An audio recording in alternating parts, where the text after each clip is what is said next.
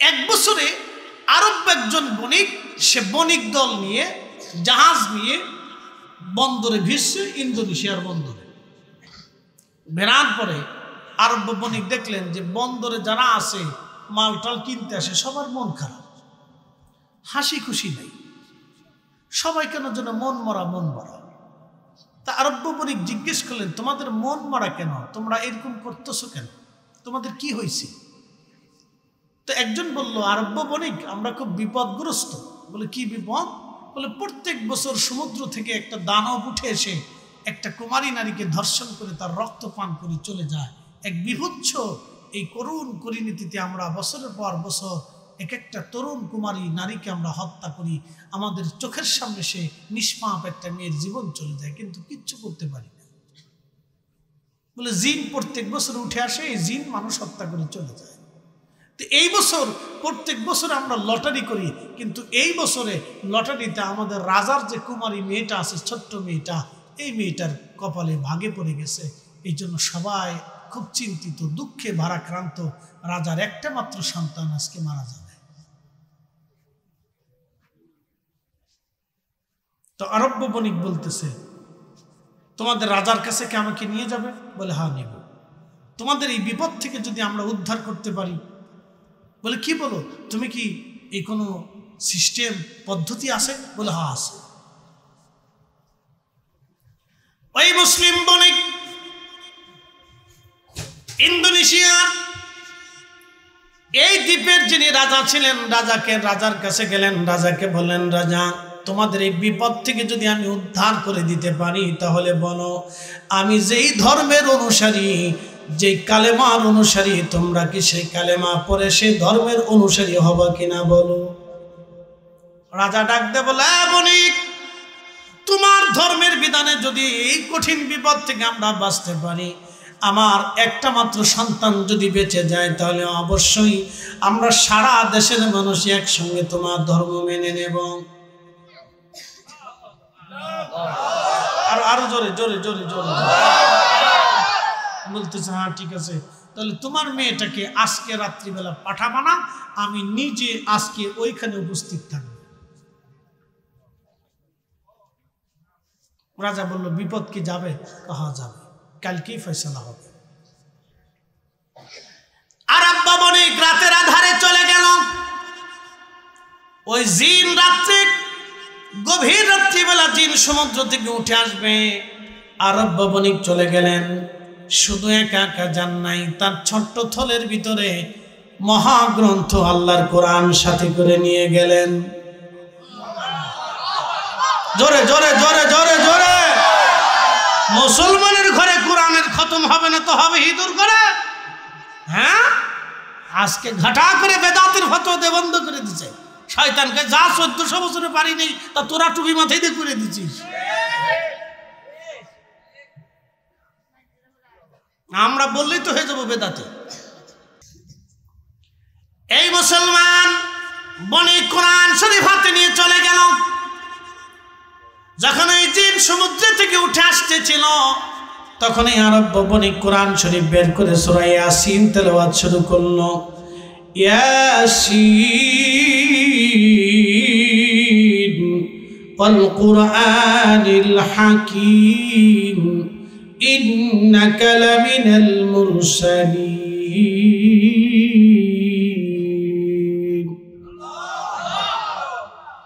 আরব বণিক যখন জোরে জোরে কোরআন তেলাওয়াত শুরু করলো, জিন থমকে যে দাঁড়াইয়া একটা দৌড় মারল সাগরের দিকে। জিন চলে গেল, সাগরের অতল গহ্বরে ডুবে গেল। আর কোনদিন এই জিন আজও পর্যন্ত ফিরে আসে নাই। সবাই সকালবেলা দৌড়াই গেছে, দেখি লোকটা বেঁচে আছে না মরে গেল। যে দেখতেছে সকালবেলা বসে বসে আল্লাহর বান্দা কোরআন তেলাওয়াত করে। বাদশা ডাক দিল, আরব বণিক, এটা তোমার কিসের জাদু? বলে, জাদু না রে বাদশা, এটা আল্লাহর মহাগ্রন্থ কোরআন। আমার মালিক আমার আল্লাহ এক। এই কোরআন শরীফ যিনি এনেছেন তিনি আখিরি নবী মুহাম্মাদুর রাসূলুল্লাহ সাল্লাল্লাহু আলাইহি ওয়াসাল্লাম। এবার রাজা ডাক দে বলল, আরব বণিক, আমাদের সবার দেশের মানুষ আমাদেরকে নিয়ে সবাইকে তুমি কালেমা পড়ে মুসলমান বানায় দাও। আজকে থেকে এই অঞ্চলে কোরআনের আওয়াজ চলবে, কোরআনের তেলাওয়াত চলবে। কোরআনের তেলাওয়াত শুরু হয়ে গেল, এজন্য মুসলমানের ঘরে ঘরে কোরআনের আওয়াজ দরকার। হাত উঁচা করে বলেন ঠিক না বেঠে? এটা বেদাতের ফতোয়া দিয়ে বন্ধ করে দিচ্ছে। ইস কি লাভ করছেন বুজুর্গিতে? হ্যাঁ আমি বিরাট ধর্মের উপকার করে ফেলছি। ধর্মের উপকার করছে।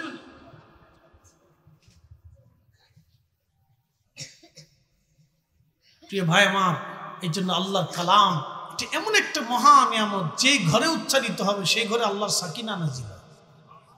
একসাথে বলবেন না সুবহানাল্লাহ? আল্লাহর সাকিনা নাজিল।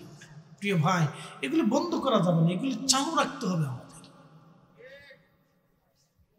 ওয়াইদা তুলিয়াত আলাইহিম আয়াতুহু, আল্লাহর কোরআন বলতেছে ওয়াইদা তুলিয়াত আলাইহিম আয়াতুহু যাদাতুহুম ঈমানা।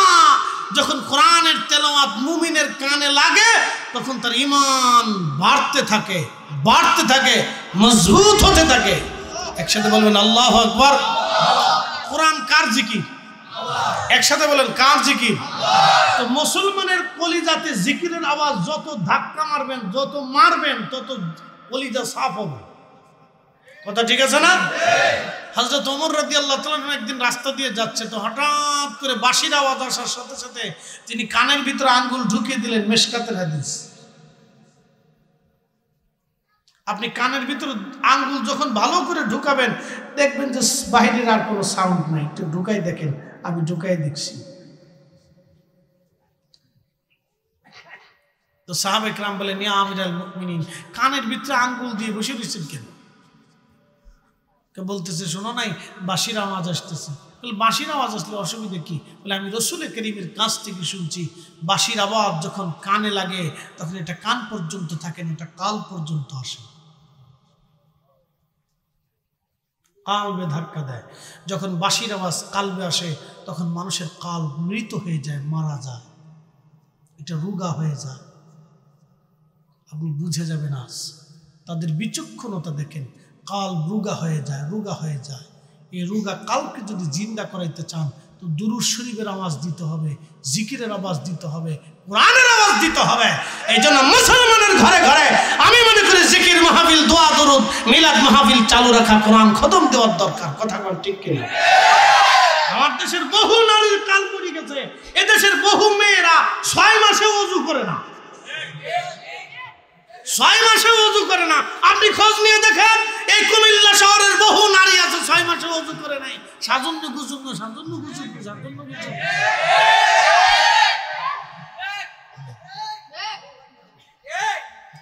সাজন্য গুজন্য, সাজন্য গুজন্য।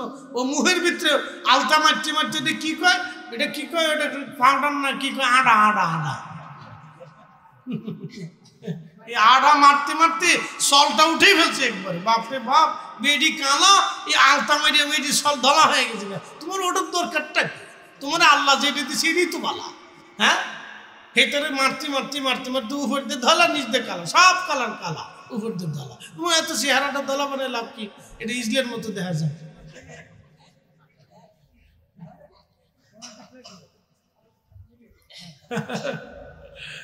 বুঝো না, বুঝো না কি বুঝে আল্লাহ, মাথার ভিতরে কি ঢুকছে আল্লাহ। এই জন্য আমি বাস্তবতা থেকে বলব, এই যে মাহফিলগুলি হয় না, এই মাহফিলগুলি হওয়াতে আপনাদের উপকার হচ্ছে। এগুলি আপনাদের কালবে ধাক্কা লাগে। প্রতিনিয়ত আমরা গুনাহ করতে করতে এটা নষ্ট হয়ে গেছে। ঠিক আছে না ভাই?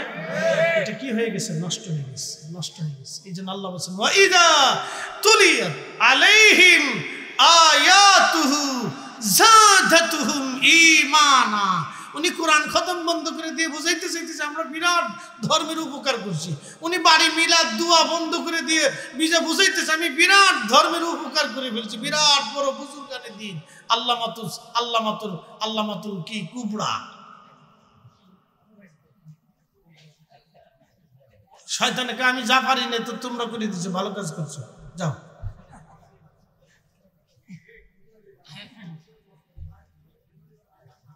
প্রিয় ভাই আমার বলেন, হুজুর এগুলো চালু রাখার দরকারটা কেন? যে বুঝাই দিলাম, চালু এই জন্য করার দরকার, চালু করার দরকার। আল্লাহ, পৃথিবী থেকে একদিন আমরা সবাই কবরে চলে যাব ভাই আমার। যে মাটির উপর আজকে বসে আছি, মাটির নিচে চলে যেতে হবে। আমাদের দেহের উপরে আল্লাহ প্রশ্ন করবে না, প্রশ্ন করবে রুহের সাথে। আল্লাহর কথা হবে রুহের সাথে, তোমাকে পাঠিয়েছিলাম আমি, তুমি আমার কাছে ছিলে, আমার জগৎ থেকে তোমাকে দুনিয়াতে পাঠিয়েছিলাম একটা মধ্যবর্তী সময় পরীক্ষা করার জন্য, তো তুমি কি আনছো? এই জন্য অলিরা রুহু জিন্দা করতেন, দেহ মারতেন। তারা খাইতেন কম কিন্তু ইবাদত করতেন বেশি। কথা ঠিক আছে না ভাই?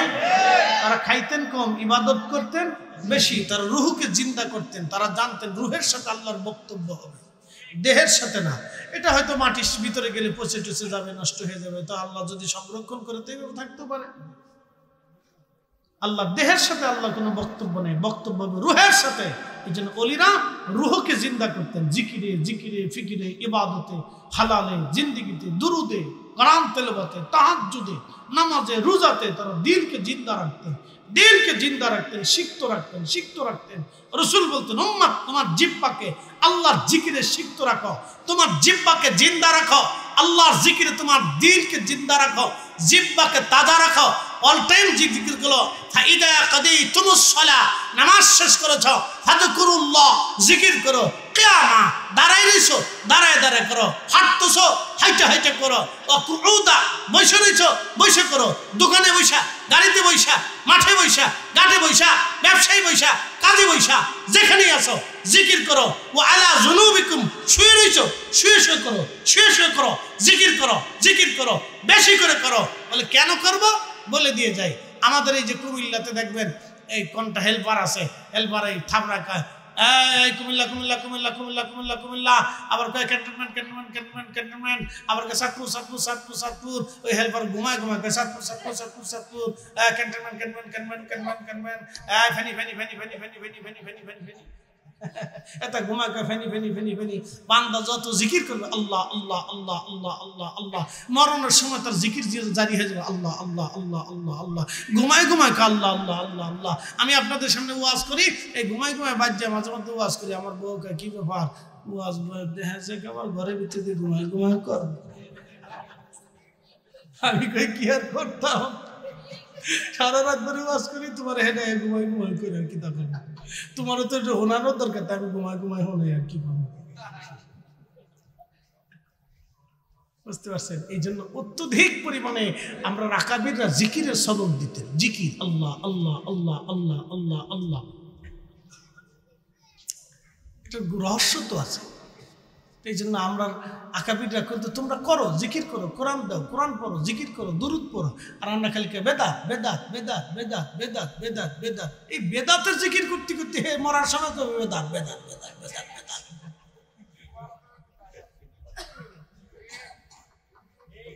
কি কথা কথা আমি চিন্তাছি হাতে মরার সময় না বেদাত বেদাত বেদাত বেদাত বেদাত বেদাত। শোনেন, যেটা বেদাত সেটা বেদাত বলতে হবে, যেটা বেদাত না সেটা আমি কেন বেদাত বলবো? কুমিল্লার রসমালাইরে তো ছানা খাওয়া যাবে না। কি কথা কর না কেন? কুমিল্লার রসমালাইরে যদি আমি কই ছানা, আপনারা মানবেন? এখন তো হুজুর পাগল হয়েছে। আমরা দেখি রসমালাই, হুজুর কই ছানা। আর ছানারে দেয় যদি এটা কুমিল্লার রসমালাই, তাহলে আপনারা তো মানতেন না, কিন্তু হুজুর পাগল হয়েছে। ছানা দেখে হুজুর রসমালাই, রসমালাই দেখে ছানা। তো যেটা বেদাত না সেটা বেদাত করলে তো আমরা মানতাম না। কি হাত জায়গায় বলেন ঠিক কিনা? আল্লাহ কবুল করুক, সকলে বলেন আমিন। প্রিয় উপস্থিতি, ইন্দোনেশিয়ার ভিতরে ইন্দো প্যাসিফিক অঞ্চলগুলিতে কালেমার দাওয়াত ছড়িয়ে গেল ধীরে ধীরে ধীরে ধীরে। আজকে পৃথিবীর একটা বৃহৎ মুসলিম দেশের নাম ইন্দোনেশিয়া। একটা বৃহৎ মুসলিম দেশের নাম ইন্দোনেশিয়া।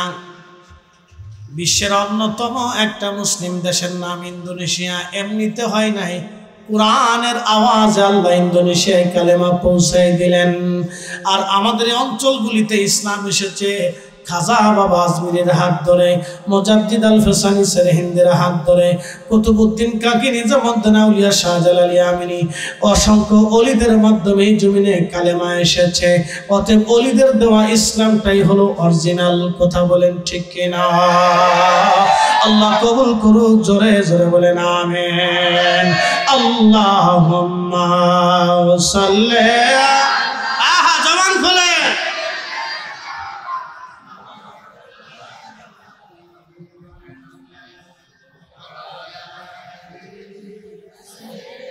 সাদা আছে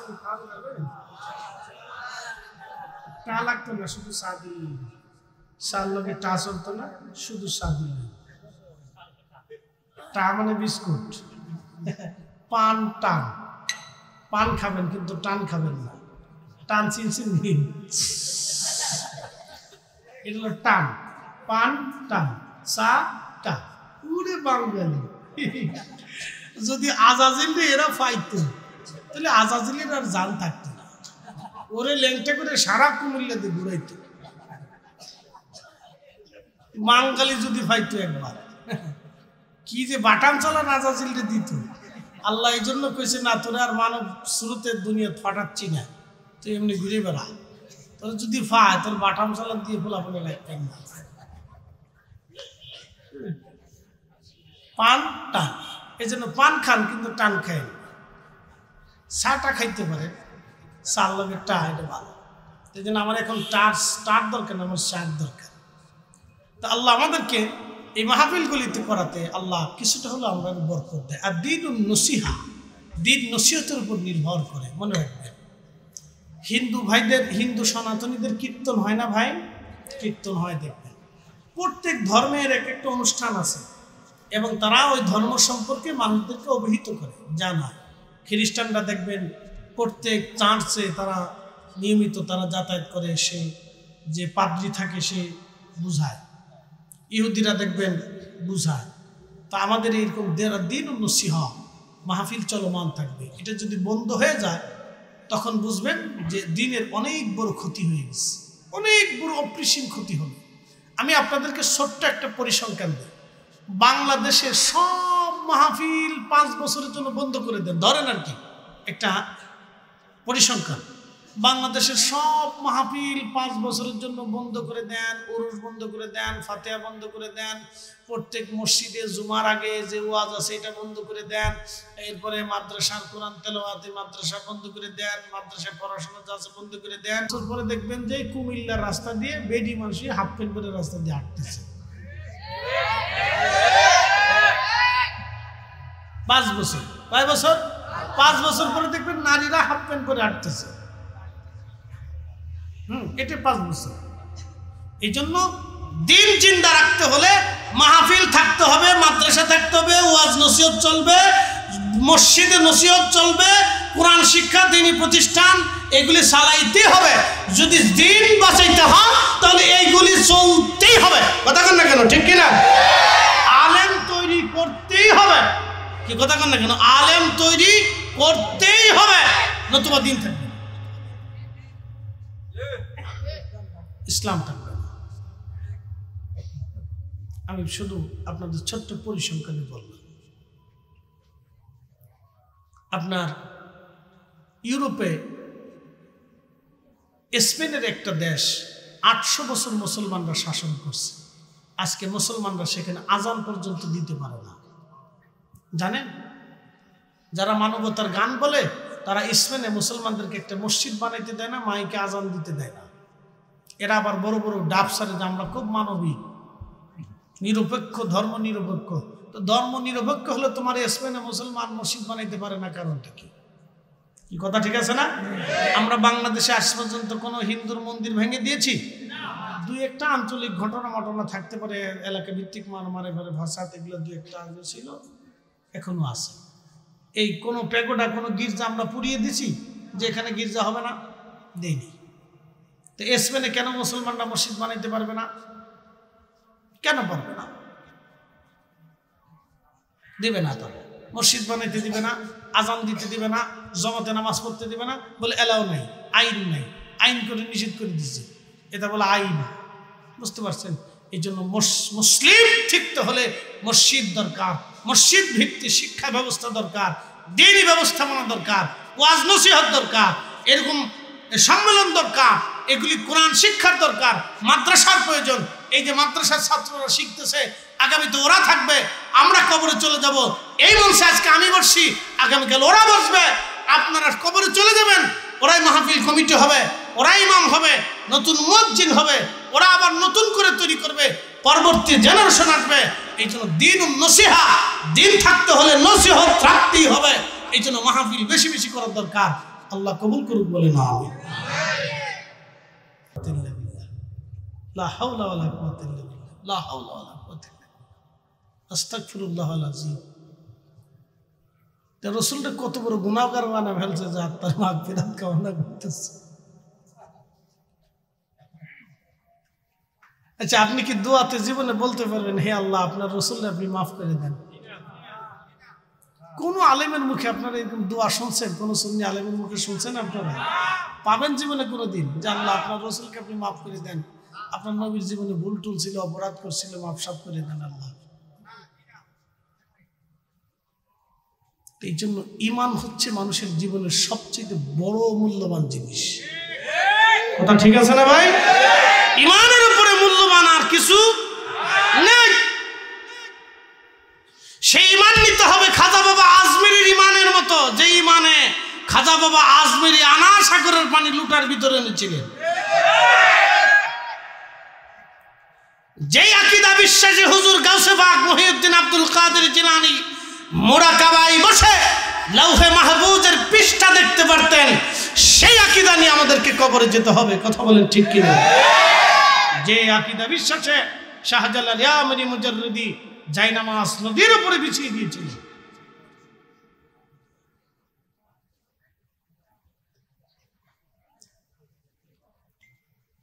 প্রিয় কুমিল্লাবাসী মনোযোগ দিবেন।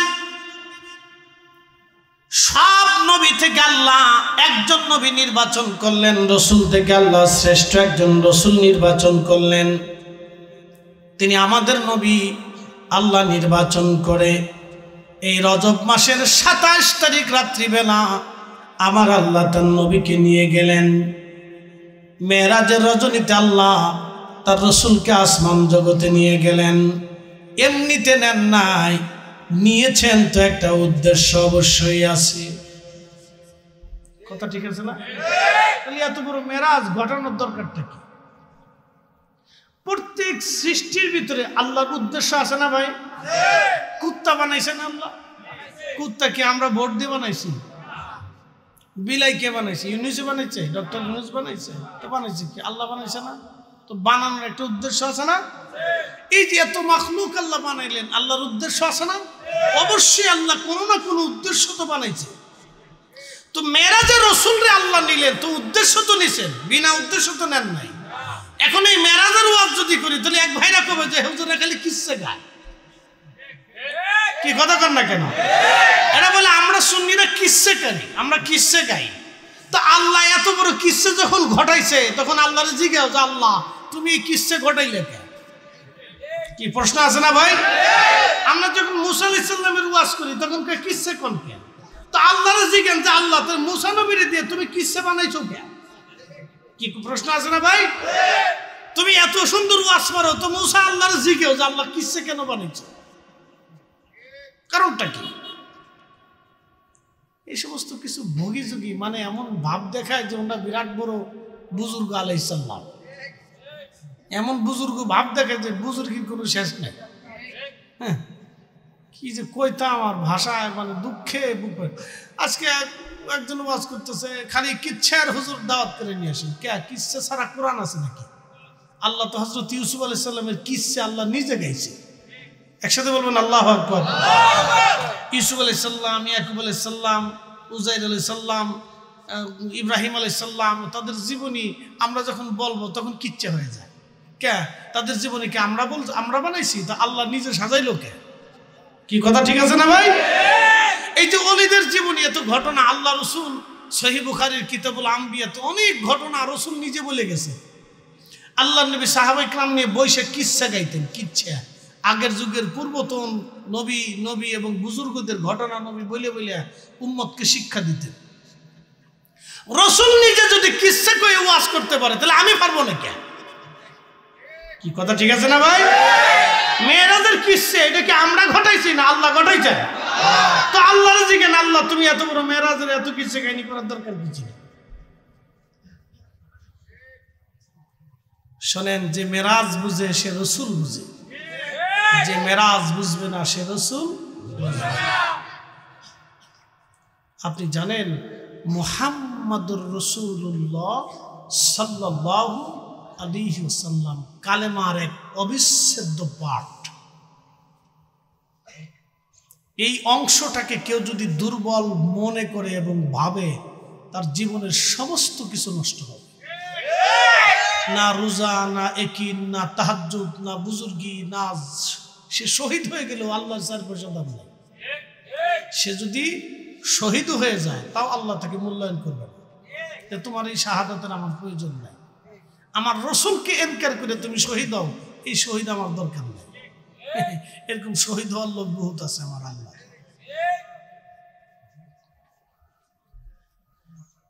কুমিল্লাবাসী মনোযোগ দিবেন। প্রিয় নবীজি ঘুমিয়ে আছেন। আল্লাহ নবীকে নিয়ে আসার জন্য, নিয়ে যাওয়ার জন্য আল্লাহ জিব্রাইল পাঠালেন। পৃথিবীতে একজন মহামানব যাকে আল্লাহ নিজে দাওয়াত করেছেন, নিজে নেওয়ার জন্য লোক পাঠিয়েছেন, তিনি জিব্রাইল পাঠালেন। সসম্মানে নিবেন, সসম্মানে আবার দিয়ে যাবেন। তিনি এমন একজন মেহমান যাকে আল্লাহ নেওয়ার জন্য লোক পাঠিয়েছেন। তিনি এমন একজন মেহমান। আপনারা আমাকে দাওয়াত করেছেন,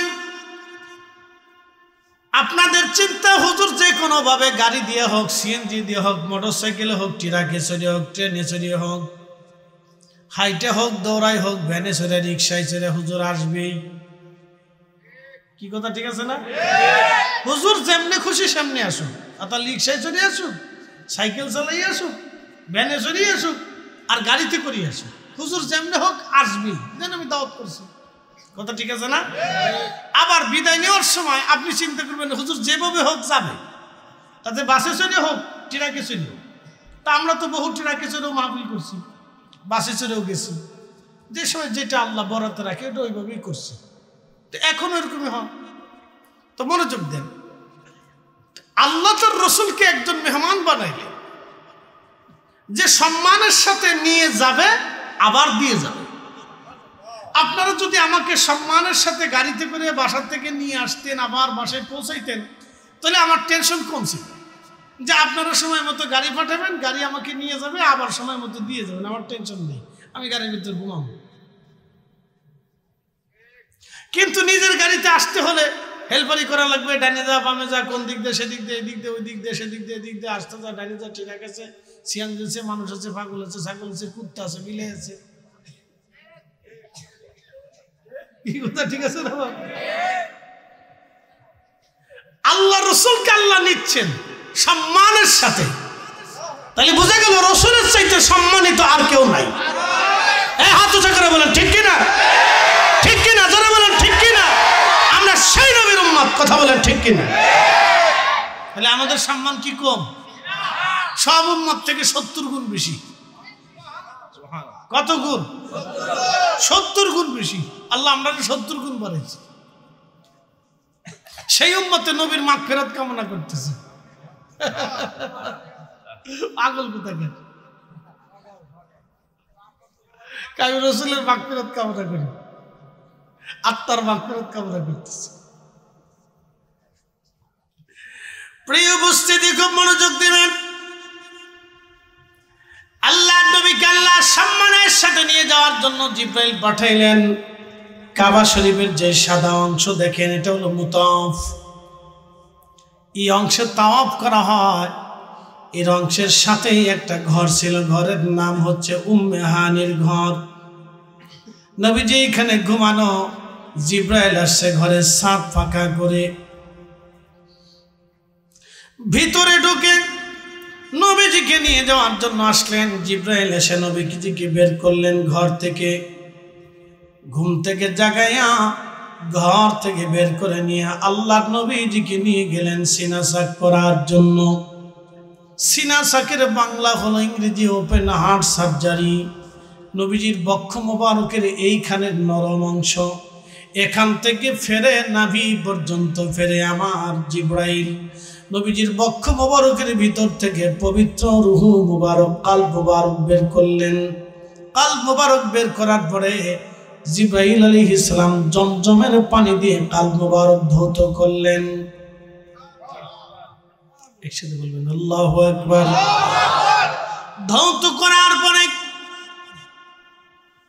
আল্লাহর আসমান থেকে বেহেশত থেকে খাজিনা ভরে নবীজির জন্য ইলম এবং হিকমত আনা হলো।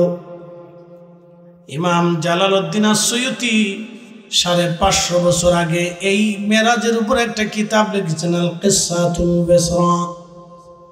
মেরাজের ঘটনা, মেরাজের কিসসা, মেরাজের আলোচনার উপর একটা কিতাব লিখেছেন। এই কিতাবে সুনানুল বাইহাকি থেকে তিনি হাদিসে কারীম আনলেন, নবীজির জন্য আল্লাহ জান্নাত থেকে খাজিনা ভরে ইলম এবং হিকমত আনা হলো। ইলম এবং হিকমত এনে নবীজির কালব মুবারকের মধ্যে ঢুকানো হলো। একবার জোরে বলা যাবে কি মারহাবা। আমি যদি আরব হতাম, মদিনারি পথ, সেই পথ দিয়ে হেঁটে যাইতেন নূর নবী হাজরাত, নূর নবী হাজরাত।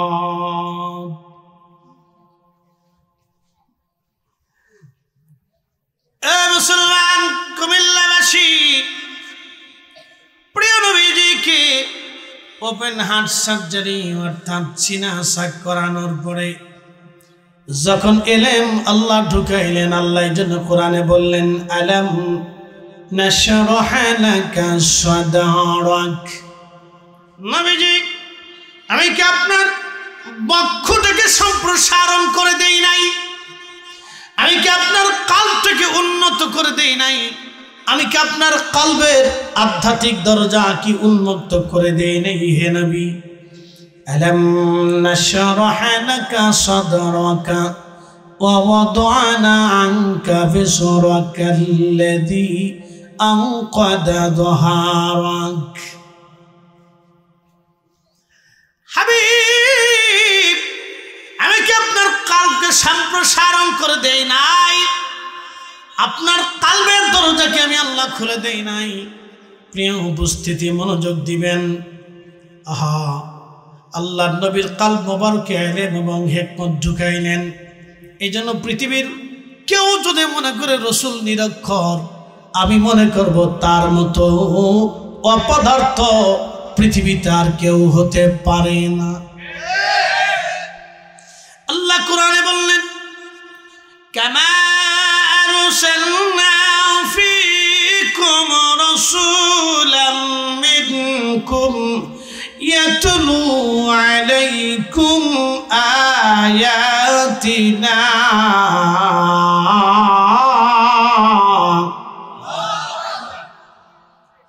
আচ্ছা, কোরআনে কি কোনো সন্দেহ টন্দ আছে?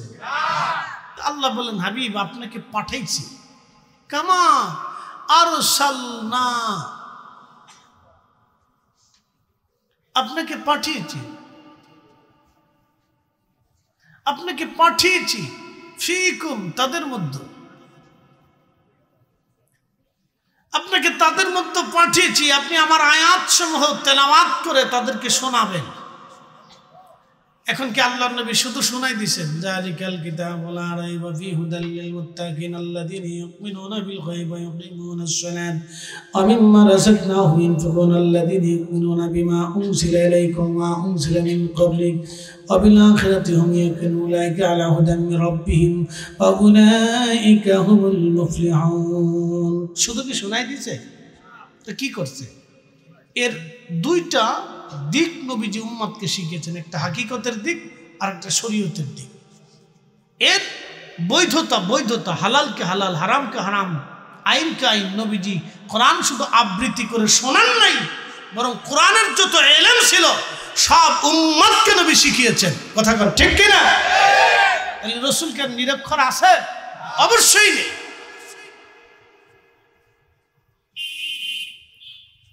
প্রিয় উপস্থিতি, আমার মনোযোগ দিবেন। এরপরে আল্লাহ বলেন ওয়ায়ুযাক্কিকুম ওয়া ইউআল্লিমুকুমুল কিতাবা ওয়াল হিকমাতা ওয়া ইউআল্লিমুকুম মা লাম তাকুনু তা'লামুন।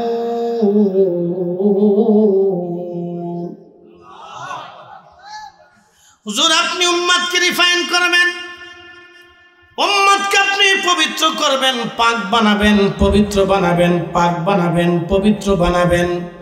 এই যে আমার সামনে একটা পানি, একটা কোম্পানি পানিটাকে রিফাইন করলেন। এই পানির ভিতরে যত আর্সেনিক আছে, ময়লা আছে, আবর্জনা আছে, বালি আছে, এই পানির ভিতরে যত ময়লা আছে সব পরিষ্কার করে রিফাইন করে এই পানিটাকে স্বচ্ছ বানানো হলো, পরিষ্কার করা হলো।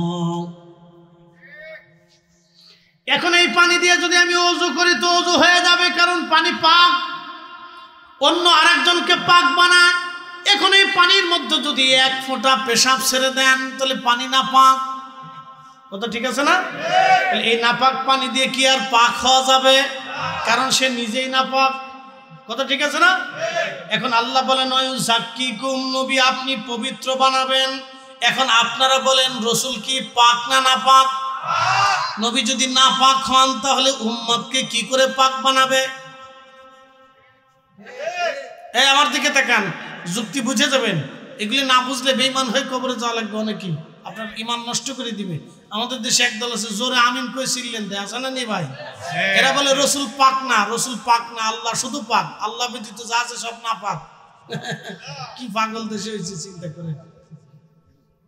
এরা আল্লাহরে ভালোবাসতে যে রাসূলের সাথে বেয়াদবি করে। কি কথা কন না কেন? আল্লাহকে এটা শিখাই দিছে?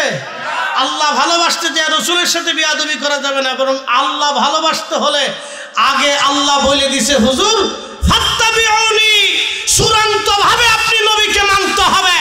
আপনি নবী মানলেই আমি আল্লাহ মানা হবে, আপনাকে ভালোবাসলেই আমাকে ভালোবাসা হবে, আপনার জন্য জীবন দিলেই আমার জন্য জীবন দেওয়া হবে। এই জন্য রাসূল মানলে আল্লাহ মানা হয়, নবী পাইলে আল্লাহ পাওয়া হয়, নবী ভালোবাসলে আল্লাহ ভালোবাসা হয়। এই জন্য আমরা সুন্নিরা রাসূলের কথা বলি। কথা বলেন ঠিক না? আমরা হইছি বেদাতি। আমরা কি বানাইছে? বেদাতি। আমরা বেদাতের দল, আমরা বেদাতের দল, আমরা বলি বেদাতি।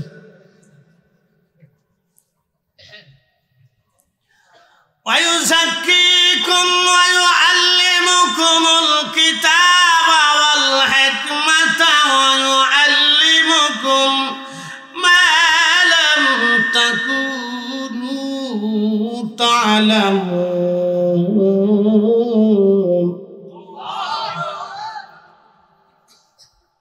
এই পানি পাক, পানি শুধু পাক না, সে অন্যকে পাক বানায়, একজন মানুষকে পাক বানায়। পানি যখন নিজে না পাক হবে সে অন্য কাউকে আর পাক বানাইতে পারবে না। আমার নবী পাক বিদায় উম্মতকে পাক বানানোর জন্য আল্লাহ তার রাসূলকে পাঠিয়েছেন। এই জন্য কেউ যদি মনে করে রাসূল পাক না, তাহলে বুঝতে হবে সে শয়তানের দালাল। এই জন্য আমরা বলি আমরা নবীর মতো না, নবী আমাদের মতো না। ঠিক কিনা? আমরা 7 দিন গোসল না করলে শরীর থেকে পাডার গন্ধ আসবে। কথা খারাপ কিছু ভাই? আপনার স্ত্রী আপনার কাছে থাকতে পারবে? আপনি পেশাব যদি করেন আপনার পেশাবে গন্ধ, ধরেন ঘুমিয়ে পড়ছেন তো ঘুমের মধ্যে পেশাব ছেড়ে দিচ্ছেন, তখন আপনার স্ত্রী চিন্তা করলো আমার স্বামী অনেক বড় মুফতি সাহেব, তো লুঙ্গিটির টাইমতে খুলে নিয়ে আস্তে করে বালশির গোড়ায় এটার নাকের গোড়ায় রেখে দিছে, থাক।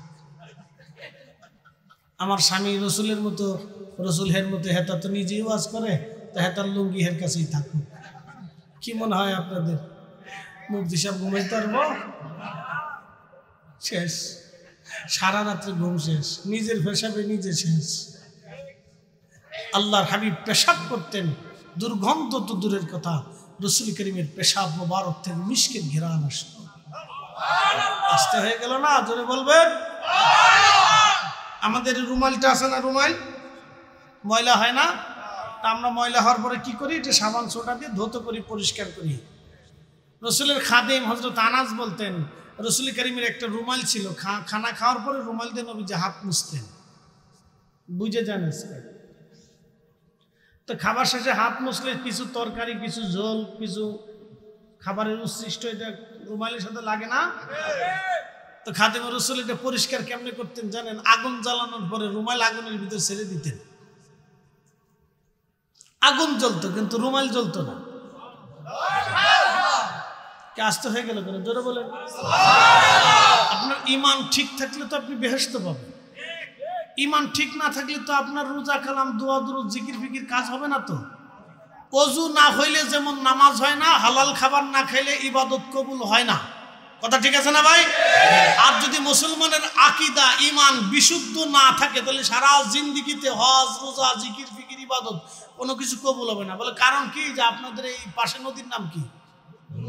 গোমতী নদী। গোমতী নদীতে এই শীতের মধ্যে জেলে মাছ মারতেছে। আচ্ছা বলেন, আপনি যখন শীতের মধ্যে কাঁথা মোড়া দিয়ে ঘুমান তখন গোমতী নদীর ভিতরে জেলে মাছ মারে। জেলে মাছ মারার সময় জেলে যখন মাছ মারে তখন এই মাছের ভান্ডু, এটাকে খালই বা খলই বা ডুলা বলে। তো ডুলার নিচে যদি ভাঙ্গা থাকে আর সারা রাত্র জেলে যদি মাছ মারে, সকালবেলা কি জেলে মাছ পাবে? কারণ কি? ডুলা ভাঙ্গা। মুসলমানের ইমান হচ্ছে আমল রাখার ডোলা, মুসলমানের ইমান হচ্ছে আমল রাখার ডোলা, মুসলমানের আকীদা হচ্ছে আমল রাখার ডোলা। মুসলমানের আকীদা বিশ্বাস যদি নষ্ট থাকে তাহলে সারা জিন্দেগি আমল করেও কাজ হবে না। আপনাকে সূক্ষ্মভাবে বুঝতে হবে, সূক্ষ্ম পয়েন্টে বুঝতে হবে। হযরত খাদিম রাসূল প্রিয় নবীজির চাদর মোবারক তিনি আগুনের মধ্যে ছেড়ে দিতেন, আগুন জ্বলত, চাদর পুড়তো না। কারণ কি? যে চাদর আমার রসুলের সাথে ছোঁয়া লাগছে, এই চাদর পৃথিবীর কোনো আগুনে পুরাইতে পারে না। একসাথে হাত উঁচু করে বলেন ইয়া রাসূলুল্লাহ। ময়লা পুড়ে যাইতো, ময়লা পুড়িয়া চাদর পরিষ্কার হয়ে যাইতো, একবারে আবার নতুনের মতো হয়ে যাইতো। সাবান দিয়ে ধোয়া লাগতো না নবীর চাদর। আগুনের ভিতরে ছেড়ে দিলে ময়লা পুড়িয়া পরিষ্কার হইয়া চাদর নতুনের মতো হয়ে যাইত। আগুন জ্বলতো, নবীজির চাদর পড়তো না। তিনি রাহমাতুল লিল আলামিন, রাহমাতুল লিল আলামিন। কাজী নজরুল এই জন্য সুন্দর করে লিখেছেন, আল্লাহকে যে পাইতে চায়, আল্লাহকে যে পাইতে চায়, হযরতকে ভালোবেসে আরশ কুরসি লৌহ কলম না চাহিতেই পেয়েছে সে।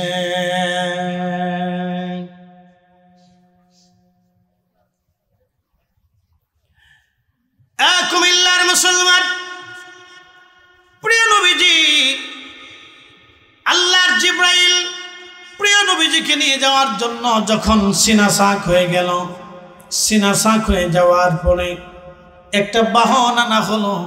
এই বাহনের নাম হচ্ছে বরাক।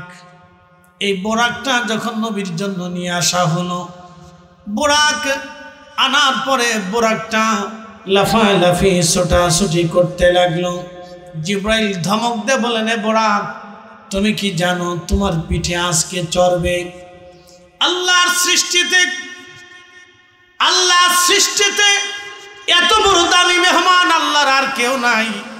বোরাক রে, তোমার আগে তোমার পরে, তোমার আগে ওনার আগে ওনার পরে তোমার পিঠে এমন দামি মেহমান আর কখনো আরোহণ করবে না। বোরাক, বেয়াদবি করবে না, চুপ হয়ে যাও। নবী বললেন, বোরাক স্থির হয়ে গেল।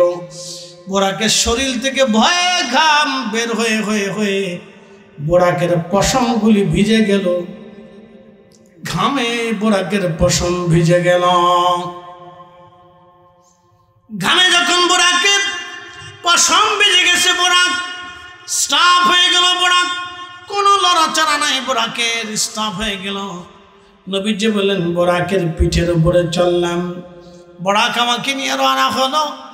আমি যাইতেছিলাম, দেখি মুসা আলাইহিস সালাতু ওয়াস সালাম মারারতু বিমুসা ওয়া হুয়া ইউসাল্লি ফি কবরিহি।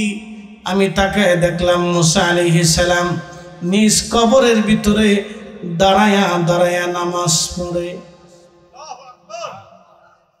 আসতে হয়ে গেল না? যদি বলেন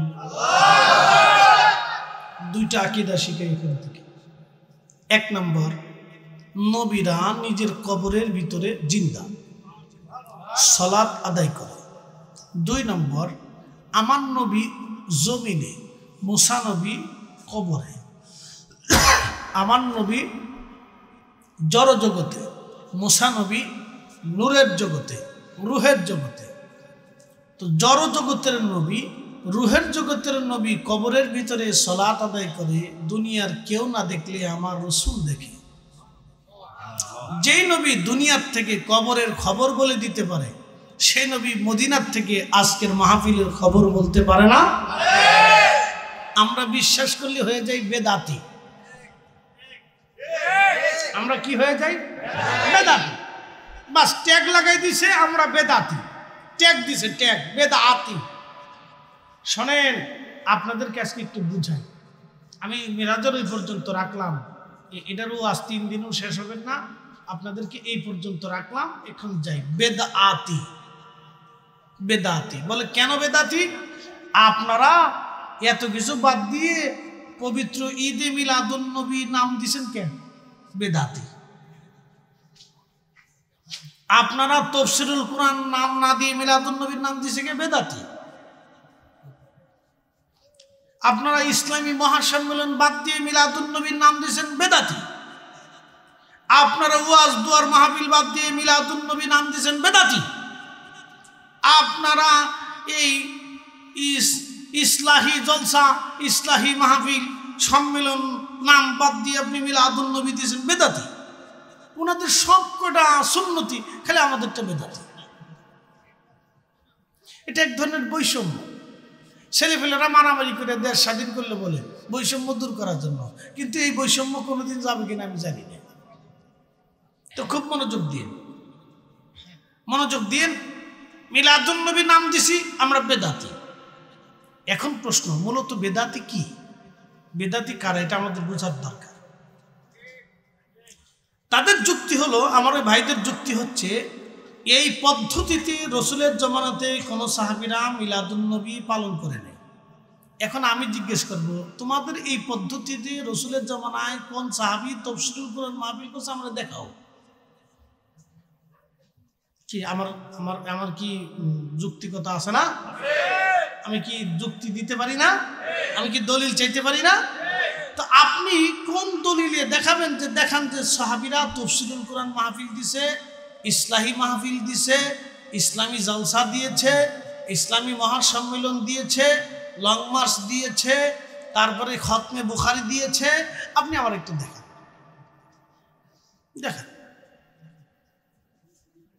তো রসুলের সাহাবীরা ওই পদ্ধতিতে করলো না, সেই পদ্ধতিতে আপনারাও করলেন, তখন আপনাদেরটা সুন্নতি হয়।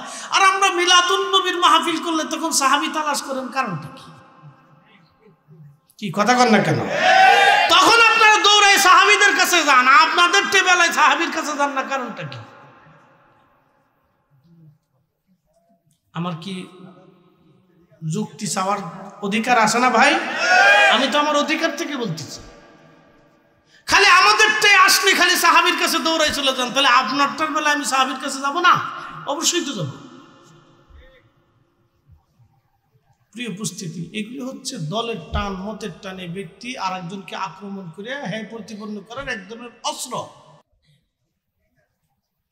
এগুলো দলের টানে, মতের টানে একজনকে হ্যাঁ প্রতিপন্ন করে ছোট করে দেওয়া, এগুলো হচ্ছে এক ধরনের অস্ত্র। সে বুঝাইতে চায় যে আমরাই ঠিক, বাকিরা বেঠিক। কিন্তু আজ আপনাদেরকে একটা হাদিস শোনাই। প্রিয় নবীজি রাস্তা দিয়ে যাচ্ছেন, তো রাস্তার পাশে এরকম মাহফিল হচ্ছে, সুনানুন নাসাইর ভিতর হাদিস আসছে। তো নবীজি যাওয়ার সময় দেখলেন এক জমাত সাহাবে কিরাম বসে বসে কি যেন করতেছে। আল্লাহর নবী দাঁড়ায় বললেন, মা জালাসনা, ও সাহাবীরা তোমরা বৈঠক করো কেন? কি হচ্ছে, কি করতেছ? তো সাহাবীরা বললেন, নাদউল্লাহ, আল্লাহকে ডাকতেছি, ওয়া নাহমাদুহু, আল্লাহর গুণকীর্তন প্রশংসা করতেছি। একসাথে বলবেন আল্লাহু আকবার। আমরা এখানে কাকে ডাকতেছি? গুণ কীর্তন কার করতেছি? বয়ান, নসিহত, কোরআন হাদিস থেকে কারটা হচ্ছে? আল্লাহরটা না? তো সাহাবীরা যেটা করতেছিল আমরাও এটা করতেছি, বুঝেছেন? তো প্রিয় নবী বললেন, কেন বসছো? বলে, আলা মা হাদানা লি দীনিহি, আল্লাহ আমাদেরকে দিন দিয়েছেন, হেদায়েত দিয়েছেন। আমরা আগে প্রতিমার সামনে মাথা নত করতাম, সরস্বতীর পূজা করতাম, দুর্গার পূজা করতাম, কালীর পূজা করতাম, কার্তিকের পূজা করতাম, গণেশের সেজদা দিতাম, শিবের পূজা করতাম, মানুষের পূজা করতাম, গরু ছাগলের সামনে মাথা নত করতাম, ল্যাংটা সাধুর সামনে মাথা নত করে পড়ে থাকতাম। আল্লাহ আমাদেরকে হেদায়েত দিয়েছেন, আমরা এক আল্লাহকে সেজদা দিই। একসাথে বলবেন আল্লাহু আকবার। হেদায়েত দিয়েছে কে? সাহাবায়ে কেরাম বলেন, মা আলা মা হাদানা লিদীনিহি, আল্লাহ আমাদেরকে দিন দিয়েছেন, হেদায়েত দিয়েছেন। এরপরে ওয়া মান্না আলাইনা বিকা, আপনি নবী নামক মহা নিয়ামত আল্লাহ আমাদেরকে দিয়েছেন। একসাথে বলবেন আল্লাহু আকবার। মনোযোগ দিন। সাহাবীদের বিশ্বাস ছিল নবীজি আল্লাহর পক্ষ থেকে মহা নিয়ামত, আর আমাদের কেউ ভাইদের বিশ্বাস হচ্ছে রসুল আমাদের মতো। কি বুঝলেন? আপনি নাউজুবিল্লাহ আউজুবিল্লাহ পরে কোন, আগে বুঝে যান, বুঝেন। আমাদের ভাইদের বিশ্বাস হচ্ছে রসুল তাদের মতো, আর সাহাবীদের বিশ্বাস হচ্ছে ওমান্না আলাইনা বিকা, আপনি রসুল আল্লাহর পক্ষ থেকে আমাদের জন্য মহা নিয়ামত। তাহলে সাহাবীদের সাথে তাদের বিশ্বাসের কি মিল হলো? দুমিল, বেমিল। যখন সাহাবীদের সাথে বিশ্বাসের বেমিল হবে, এখন আপনি সারা জীবন জিকির করেন, কাজ হবে না। কারণ আপনি সূত্রে ভুল করছেন, অঙ্ক আর মিলবে না। কথা বুঝাইতে পারছি আপনাদেরকে? সূত্রে কি করছেন? ভুল করছেন, অঙ্ক আর মিলবে না। খাতা শেষ হবে, কলম শেষ হবে, কালি শেষ হবে, কিন্তু অঙ্ক মিলবে না। কারণ আপনি সূত্রে ভুল করছেন, সূত্রে ভুল করছেন, সূত্রে ভুল। আমরা যখন এই কথা বলি তখন আমরা হয়ে গেছি বেদাতি। আমরা কি হয়ে গেছি? বেদাতি। তাদের কাছে আমরা বেদাতি। ভাই, কথা বুঝে যাওয়াটা জরুরি। একটা কথা মনে রাখবেন, দিন শেষে কিন্তু কবর আপনাকেই দিতে হবে। আপনার কবরে আমি যে সওয়াল জবাব দিয়ে আসবো না, আমার কবরে আপনি এসে প্রশ্নের জবাব দিবেন না, আপনার কবরে আপনার শায়েখ যে প্রশ্নের জবাব দিবে না, আপনাকে বহন করতে হবে। অতএব আপনাকে ঈমানে কিন পাক্কা করে কবরে যেতে হবে, আপনাকে করতে হবে। অন্য কেউ আপনার কবরে যেতে পারবে না, আপনাকেই করতে হবে। এখন কি বুঝে বুঝে করবেন? বলে হুজুর এত কিছু বুঝি না। তো বুঝেন না, কদু কেনার সময় তো ঠিকই খামছে খামছে কদুর জান শেষ করে ফেলা।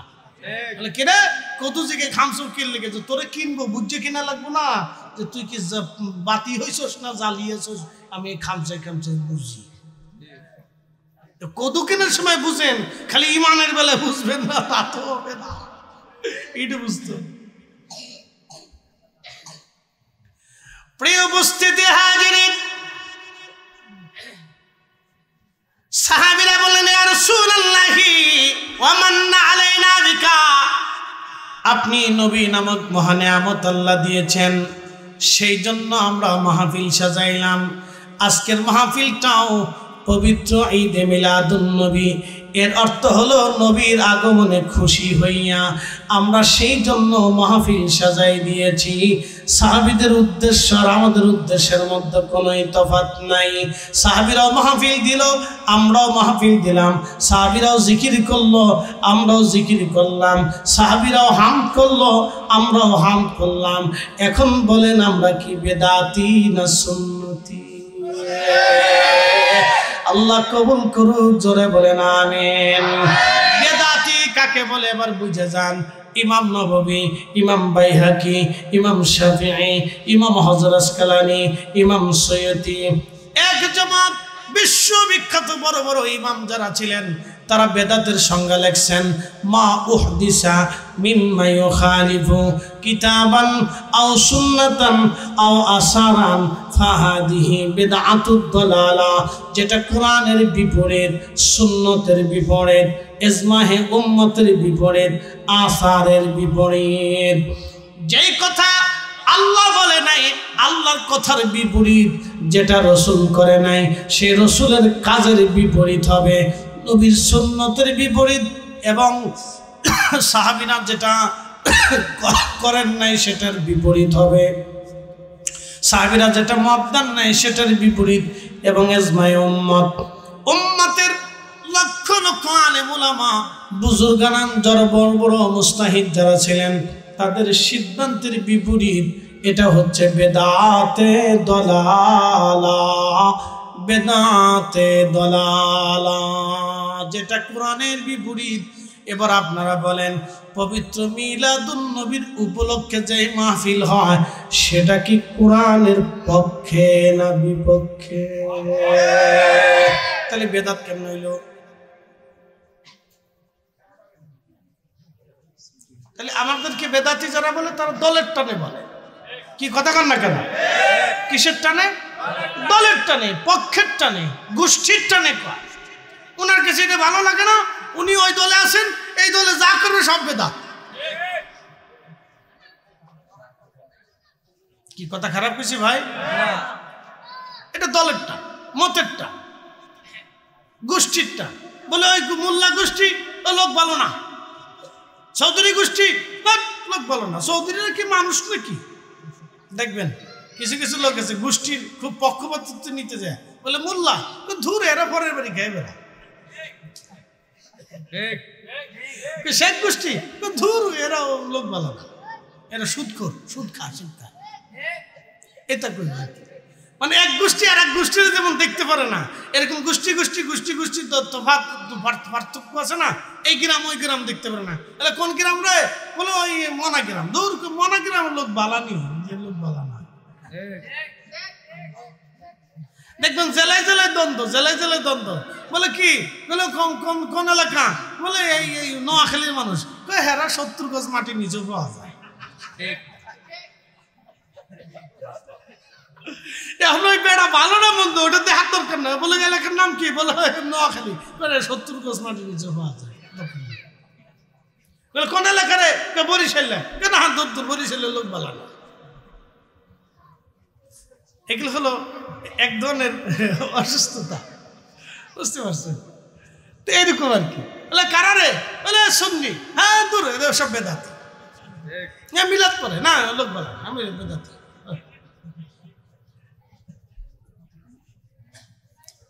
ভালো মন্দ বুঝুক না, সুযোগ এটি। তা খুব মনোযোগ দিয়ে আল্লাহ কোরআনের এক আয়াতে আমাদেরকে শিক্ষা দিলেন এইভাবে। একসাথে বলে তো আল্লাহু আকবার। ফামান ইয়া'মাল মিসকালা যাররাতিন খায়রান ইয়ারা ওয়া মান ইয়া'মাল মিসকালা যাররাতিন শাররান ইয়ারা। রব্বুল আলামিন কোরআনুল কারীমের ভিতরে আমার আল্লাহ বলে দিলেন, ও আমার বান্দারা, সামান্য অনুপরিমাণ নেকের কাজ যদি করো তারও বেনিফিট আমি আল্লাহ তোমাকে দিয়ে দেব। এই অর্থগুলি আপনি বুঝে যাবেন। নামাজ পড়া ফরজ। আল্লাহ রসুল সহিহ বুখারীর কিতাব রেকাকের মধ্যে হাদিস লেখেন, প্রিয় নবী বলতেছেন, মান আদালি ওয়ালিয়ান ফাকাদ আযানতুহু বিল হারব। আমার ওলির সাথে যারা দুশমনী করে আমি আল্লাহ তাদের সাথে যুদ্ধ ঘোষণা করি। বান্দার ফরজ ইবাদত আল্লাহর কাছে পছন্দ হয়। বান্দা যখন ফরজ ইবাদত করে তখন আল্লাহর কাছে বিরাট পছন্দ হয়। ফরজ ইবাদত করার পরে আমার দিকে তাকান, মনোযোগ দেন, খুব গুরুত্বপূর্ণ কথা। ফরজ ইবাদত করার পরে বান্দা যখন নফল ইবাদত করে তখন বান্দা আল্লাহর দিকে ধাবিত হতে থাকে, আল্লাহ বান্দার কাছাকাছি আসতে থাকে। যেমন আপনাদের ভিতরে আত্মীয়তা যদি হয়, বন্ধুত্ব যদি হয়, তাহলে দেখবেন একজন বন্ধু আরেকজন বন্ধুর জন্য যেমন গিফট কেনাকাটা এটা সেটা দিতে দিতে দিতে দিতে মহাব্বত বাড়ে, মহাব্বত দৃঢ় হতে থাকে। এই যে আপনি শ্বশুর বাড়ি আত্মীয়তা করছেন, একজনের পরিবার থেকে আপনি একটা মেয়ে বিয়ে করেছেন, শরীয়তের মাসালা হলো আপনি মেয়েটাকে দেল মোহর দিয়েছেন এবং মহিলাটাকে আপনি আপনার জীবনের খরচ খরচা দিয়ে সুন্দর বাসস্থান সম্মানজনক জীবিকার শর্তে আপনি তাকে বিয়ে করেছেন। আপনি বিয়ে করে নিয়ে আসলেন, আপনার একটা শ্বশুর বাড়ি হলো, আর সেই মহিলারও একটা শ্বশুর বাড়ি হলো, আত্মীয়তা হলো। এখন আত্মীয় স্বজনের বিয়ে করার সময় কিন্তু কোনো শর্ত দেওয়া হয় নাই যে তুমি শ্বশুর বাড়ি যাওয়ার আগে 10 কেজি মিষ্টি নিয়ে যাইতে হবে, আর শালা সম্বন্ধে কাপড় চোপড় দিতে হবে, আর ওই বউয়ের বোন যদি থাকে তাদেরকে এইটা সেটা কাপড় চোপড় কিনে টিনে দিতে হবে, তোমার শাশুড়ির জন্য কাপড় কিনতে হবে, শ্বশুরের জন্য কাপড় চোপড় কিনে দিতে হবে। আর শ্বশুর বাড়ির সাথে আত্মীয়তা হওয়ার পরে কোনো শর্ত থাকে না, জামাই জন্য মোটরসাইকেল কিনে দিতে হবে, আরও এটা সেটা আগর ডিম বাগর ডিম গোড়া ডিম সাথে এগুলো দেওয়া লাগবে। এগুলো কিন্তু কোনো শর্ত থাকে না, কিন্তু মানুষ দেখে মহাব্বত যাতে বাড়ে। এটা হলো আন নওয়াফিল, অতিরিক্ত। যারা বলেন এটা কি নফল, নফল অতিরিক্ত। শ্বশুর বাড়ি যাচ্ছেন 10 কেজি মিষ্টি নিয়ে গেলেন, এটা নফল, এটা ফরজ না। শ্বশুর বাড়ি যাচ্ছেন 10 কেজি মিষ্টি নিয়ে যাবেন, শালা সম্বন্ধে আত্মীয় স্বজন থাকলে তাদের কাপড় চোপড় কিনে দিচ্ছেন, এটা নফল অতিরিক্ত। স্ত্রীকে ঘুরতে টুরতে নিয়ে গেলেন, এটা নফল। আবার শ্বশুর বাড়ি থেকে আপনারা যা দিচ্ছে অতিরিক্ত, এটা নফল। ঠিক বান্দা ফরজ ইবাদত যেটা, এটা আল্লাহর হুকুম, মানতেই হবে। যেমন 5 ওয়াক্ত নামাজ মানতেই হবে, রোজা মানতেই হবে, হজ মানতেই হবে, যাকাত দিতেই হবে। যেগুলি ফরজ আছে এগুলি করার পরে অতিরিক্ত কিছু ইবাদত আছে আন-নওয়াফিল। যেমন ফরজ নামাজ পড়ছেন, এখন দোয়া করবেন কি করবেন না সেটা আপনার ইচ্ছা, যদি করেন এটা নফল। কিছু সময় জিকির যদি করেন নফল, কিছু সময় তাসবিহ যদি করেন নফল, অতিরিক্ত এগুলি করতে পারেন। যেমন আপনারা ইফতার করানোর সময় মানুষদেরকে দাওয়াত করে ইফতার খাওয়ান, ইফতার খাওয়াইতেই হবে, ফরজ না কিন্তু নফল, অতিরিক্ত। ইচ্ছা করলে খাওয়াইতে পারেন, না করলে না খাওয়াইতে পারেন, এটা নওয়াফিল, অতিরিক্ত। কোরআন শরীফ তেলাওয়াত অতিরিক্ত, কোরআন খতম অতিরিক্ত, মিলাদ শরীফ পড়ে দুরূদ শরীফ পড়ে দোয়া করা আন-নওয়াফিল অতিরিক্ত, ইসালে সোয়া ফাতিহা করা আন-নওয়াফিল অতিরিক্ত। করলেও করতে পারেন, না করলেও না করতে পারেন, দোয়া আন-নওয়াফিল অতিরিক্ত। কিন্তু দুঃখের বিষয় এই নওয়াফিলটা আমরা বানাইছি বেদাত। নওয়াফিলটা কি বানাইছি? বেদাত। যার কারণে গুণে লাগছে, গুণ পোকা লাগছে। আচ্ছা আপনারা বলেন তো, বাংলাদেশে দোয়া বন্ধ করাতে জানা বন্ধ হয়েছে? আমার কথা বুঝলে জবাব দিবেন, অ্যাটেনশন, খুব মনোযোগ দিবেন, কথা খুব গুরুত্বপূর্ণ। বাংলাদেশে মিলাদ বন্ধ করাতে কি জানা বন্ধ হয়েছে? পতিতলায় 2-1টা বন্ধ হয়েছে। বাংলাদেশে এই কোরআন শরীফ খতম দেওয়াতে কি সুদের কারখানা, কোরআন শরীফ খতম বন্ধ করাতে কি 2-1টা সুদের কারখানা বন্ধ হয়েছে? না, বন্ধ হয়নি। বরং এনজিও একটার পর একটার পর একটার পর একটার পর একটার পর একটার পর 2300 সুদ, 400 সুদ, 600 সুদ বাড়ছে। শতকরা পরিমাণে সুদের হার আরো বাড়ছে। কথা ঠিক আছে না ভাই? তাহলে এত কিছু বন্ধ হইল না যেহেতু, তাহলে দোয়া বন্ধ করে লাভ হইল কি? মিলাদ বন্ধ করে লাভ হইল কি? কোরআন খতম বন্ধ করে লাভ হইল কি? কোনোটাই দিয়ে লাভ হয়নি, কোনো কিছু দিয়ে লাভ হয়নি। তাহলে আর নওয়াফিল এটা বন্ধ করে আমাদের কোনো ফায়দা নাই। এই জন্য রাব্বুল আলামিন কুরআনুল কারীমের মধ্যে বললেন, ফামাইয়ামাল মিসকালা যাররাতিন খায়রান ইয়ারা, অনুপরিমাণ যদি নেকের কাজ তোমরা করো তার বেনিফিট আমি আল্লাহ তোমাদেরকে দিয়ে দেব। এরপর আল্লাহ বলেন, ওয়ামাইয়ামাল মিসকালা যাররাতিন শাররান ইয়ারা, অনুপরিমাণ গুনার কাজ যদি করো তার প্রতিদান তুমি পেয়ে যাবা। এই জন্য গুনাহ যত ছোট হোক করব না, নেকের কাজ যত ছোট হোক ছাড়ব না, নেকের কাজ যত ছোট হোক ছাড়ব না। এক কোরআনের এক হরফে 10 নেকি, এক দুরুদে 10 নেকি। কথা ঠিক আছে না? এক হরফে কয় নেকি, এক দুরুদে কয় নেকি। যেখানে নেকি আছে সেটা ছাড়বো কেন? আল্লাহ তো ছাড়তে অনুৎসাহিত করে নাই, যেহেতু রব্বে কারীম অনুৎসাহিত করে নাই সেহেতু আমরা ছাড়বো না। কি কথা কন না কেন? ঠিক আছে না? নি এখন আপনি আমার যত বেদাতি বলেন, ওইগুলো দেখার সময় আমাদের হাতে নাই। আপনার দৃষ্টিতে আমি বেদাতি, আপনি বেদাতের ফতোয়ার গাট্টি বুকসা বাইন্দা খেতার ভিতরে করিয়া কম্বলের ভিতরে ফেসাইয়া রাত্রিবেলা বালিশ বানাই নিয়ে শুয়ে থাকেন, অসুবিধা নেই। কথা খারাপ করছি ভাই? ওটা আপনি বালিশ বানাই নিয়ে শুয়ে, আপনি একবারে কানের কাছে নিয়ে শুয়ে অথবা পেটের ভিতরে বুকের ভিতরে ধরে নিয়ে শুয়ে থাকেন, অসুবিধা নেই। আপনারটা নিয়ে আপনি শুয়ে থাকেন, ওগুলো দেখার সময় আমাদের নেই। জমিন কার? একসাথে বলতে হবে, জমিন কার? আল্লাহর জমিনে আল্লাহর কোরআনের তেলাওয়াত যদি না হয় তো হবে কোন জায়গা? মুসলমানের মসজিদে যদি দোয়া না হয় তো হিন্দুর মন্দিরে দোয়া হবে? কি কথা কন না কেন? মুসলমানের মসজিদে দোয়া হবে। কি কথা কন না কেন? মুসলমানের বাড়ি যদি নবীর দুরুদ সালাম না হয় তো খ্রিস্টানদের বাড়ি হবে? মুসলমানের বাড়ি নবীর দুরুদ সালাম হবে। কি কথা কন না কেন? মুসলমানের বাড়ি যদি কোরআন খতম না হয় তো ইহুদির বাড়ি হবে? মুসলমানের বাড়ি কোরআনের খতম হবে। একবারে সহজ হিসাব, হিসাব তো কোনো কঠিন না। এটারে তেনা ফেসাইতে ফেসাইতে ফেসাইতে ফেসাইতে তেনার জানো শেষ করছি, আমরা জানো শেষ করে ফেলেছি। আর নওয়াফিল এটা অতিরিক্ত, যখন বান্দা নওয়াফিলের মাধ্যমে আল্লাহর কাছে যাইতে থাকে, বান্দা আল্লাহর কাছে যায়, বান্দা আল্লাহর কাছে যায়। এই জন্য ইমাম আজম আবু হানিফা রাহমাতুল্লাহ আলাইহি 40 বছর এশার ওযু দিয়ে ফজরের নামাজ একটানা আদায় করেছেন।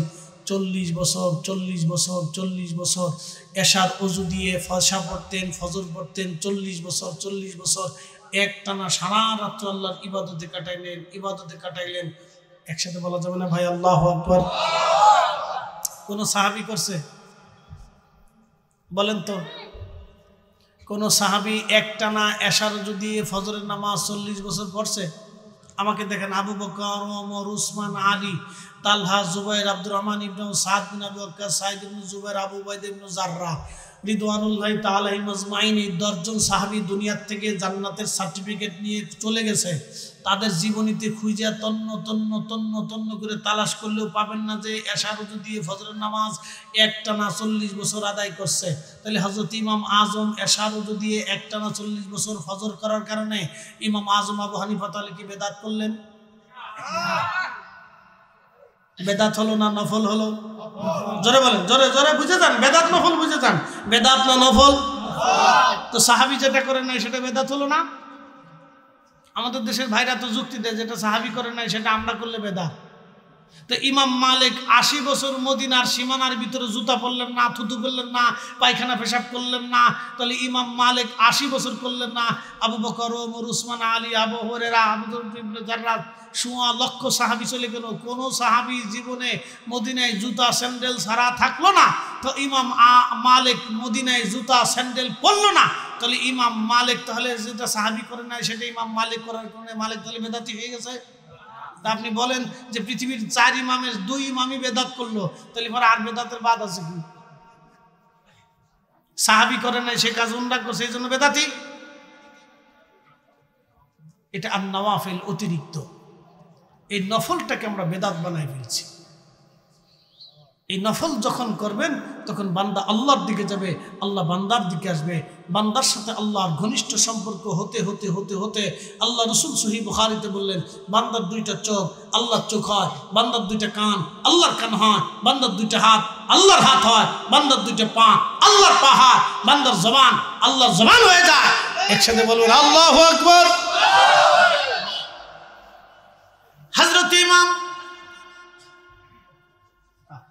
হযরত ইমাম আবু হানিফা রাহমাতুল্লাহ আলাইহি কুফার মসজিদে ওযু করতেছিলেন। এমন সময় এক যুবক ওযু করে, মসজিদের ওযুর স্থানে ইমাম আজম ওযু করেন, যুবকও ওযু করে। ইমাম আজম বললেন, যুবক তুমি কি জিনা করছো? যুবক ডাকতে বলল, হুজুর আমি জিনা করছি। কি করে জানেন? বলে, বেটা তোমার ওযুর পানির সাথে জিনার গুনাহগুলি ভেসে ভেসে চলে যাচ্ছে, আমি আবু হানিফা দেখতেছি। তার মানে তার চোখ আল্লাহর কুদরতি চোখ। একসাথে বলবেন আল্লাহু আকবার। কয় বছরের ইবাদত? 40 বছরের ইবাদত, 40 বছরের ইবাদত, 40 বছরের ইবাদত। এই নফল ইবাদতকে আমরা বানাইলাম বেদাত, বেদাত, বেদাত, বেদাত, বেদাত। জিকির করতে করতে করতে করতে দোয়া বন্ধ হয়ে গেল। এবার জিকির বন্ধ হইল, বাড়িতে বাড়িতে মানুষ মিলাদ মাহফিল করতো, তাও বন্ধ হয়ে গেল। কোরআন খতম ছিল, তাও বন্ধ হয়ে গেল। এখন আপনারা প্রশ্ন করতে পারেন, ফরিদে হুজুর কোরআন খতম দিয়ে বাড়িতে লাভ কি? এখন আপনাদেরকে একটা ঘটনা শোনাই। ইন্দোনেশিয়া, মালয়েশিয়া থেকে শুরু করে এই ইন্দো প্যাসিফিক একটা অঞ্চল আছে, এটাকে বলা হয় ইন্দো প্যাসিফিক একটা অঞ্চল, সমুদ্র দ্বীপ অঞ্চল। পৃথিবীতে থাইল্যান্ড থেকে শুরু করে ইন্দোনেশিয়া, মালয়েশিয়া, ওশেনিয়া, তারপরে আপনার ওই যে কি বলে আরো বিভিন্ন পৃথিবীর ওই সমস্ত অঞ্চলটাকে ইন্দো প্যাসিফিক অঞ্চল বলা হয়। সমুদ্রে শুধু দ্বীপ এলাকা, দ্বীপ আর দ্বীপ। ইন্দোনেশিয়াতে ইসলাম কিভাবে গেল একটা ঘটনা আজকে শোনাই দিয়ে যাই। কেন বাড়িতে ঘরেতে কোরআনের খতম আপনারা দিবেন, কেন জোরে জোরে বাড়ি ঘরে কোরআন তেলাওয়াত করবেন, আজকে আপনাদেরকে একটা বাস্তব ঘটনা থেকে শোনাই যাই। আরব বণিকরা পূর্ববর্তী জমানাতে বড় বড় জাহাজের বহর নিয়ে আরব দেশ থেকে এই সমস্ত অঞ্চলে তারা বাণিজ্য করার জন্য আসতেন। তো ইন্দোনেশিয়ার একটা অঞ্চলের একজন রাজা ওই এলাকাতে প্রত্যেক বছর সমুদ্রের থেকে একটা দানব, একজন জিন দানব উঠে আসতো। প্রত্যেক বছর তারা একটা কুমারী মেয়েকে ওই সমুদ্রের কিনারে রেখে চলে আসতো। তারা ওই মেয়েটাকে রেখে আসার পরে ওই দানব জিনটা এসে ওই মেয়েটাকে দর্শন করত এবং ওই মেয়েটার রক্তগুলি পান করে দানব জিন আবার চলে যেত। যদি প্রত্যেক বছর একটা মেয়েকে এইভাবে না দেওয়া হতো, তাহলে ওই দানব জিনটা সারা এলাকায় বহু মানুষ হত্যা করত, খুব তাণ্ডব চালাইতো। তার তাণ্ডব থেকে বাঁচার জন্য একটা কুমারী মেয়ে প্রত্যেক বছর দেওয়া লাগতো। যেমন মিশরি নারীরা, মিশরের মানুষ নীল নদের জোয়ার আনার জন্য প্রত্যেক বছর একটা কুমারী মেয়েকে নীল নদের পাশে জবাই দিত। আমাদের দেশে হিন্দুরা আগে তারা স্বামী মারা গেলে হিন্দু স্ত্রীকে স্বামীর সাথে জীবন্ত পুড়িয়ে মেরে স্বর্গে পাঠানো হতো। এগুলো ছিল এক ধরনের অন্ধ ধর্ম বিশ্বাস। কথা কন না কেন? ঠিক কিনা? যেই বিশ্বাসে মানুষের কোনো মুক্তি পৃথিবীতে মেলে নাই। কথা ভালো করে বুঝবেন। তো ইন্দোনেশিয়াতে প্রত্যেক বছর এই বিপদ আসতো, অথবা ইন্দো প্যাসিফিক অঞ্চলগুলিতে, ফিলিপাইন, ইন্দোনেশিয়া, মালয়েশিয়া, এই সমস্ত অঞ্চলগুলি দ্বীপ অঞ্চল বেষ্টিত এলাকা। ওশেনিয়া এরকম অঞ্চলগুলি আছে, থাইল্যান্ড সহ আরো অনেক অনেক দেশ আছে। তো যাই হোক, খুব মনোযোগ দিয়ে, ইন্দোনেশিয়াতে এত মুসলমান কেন বুঝাই দিয়েছে।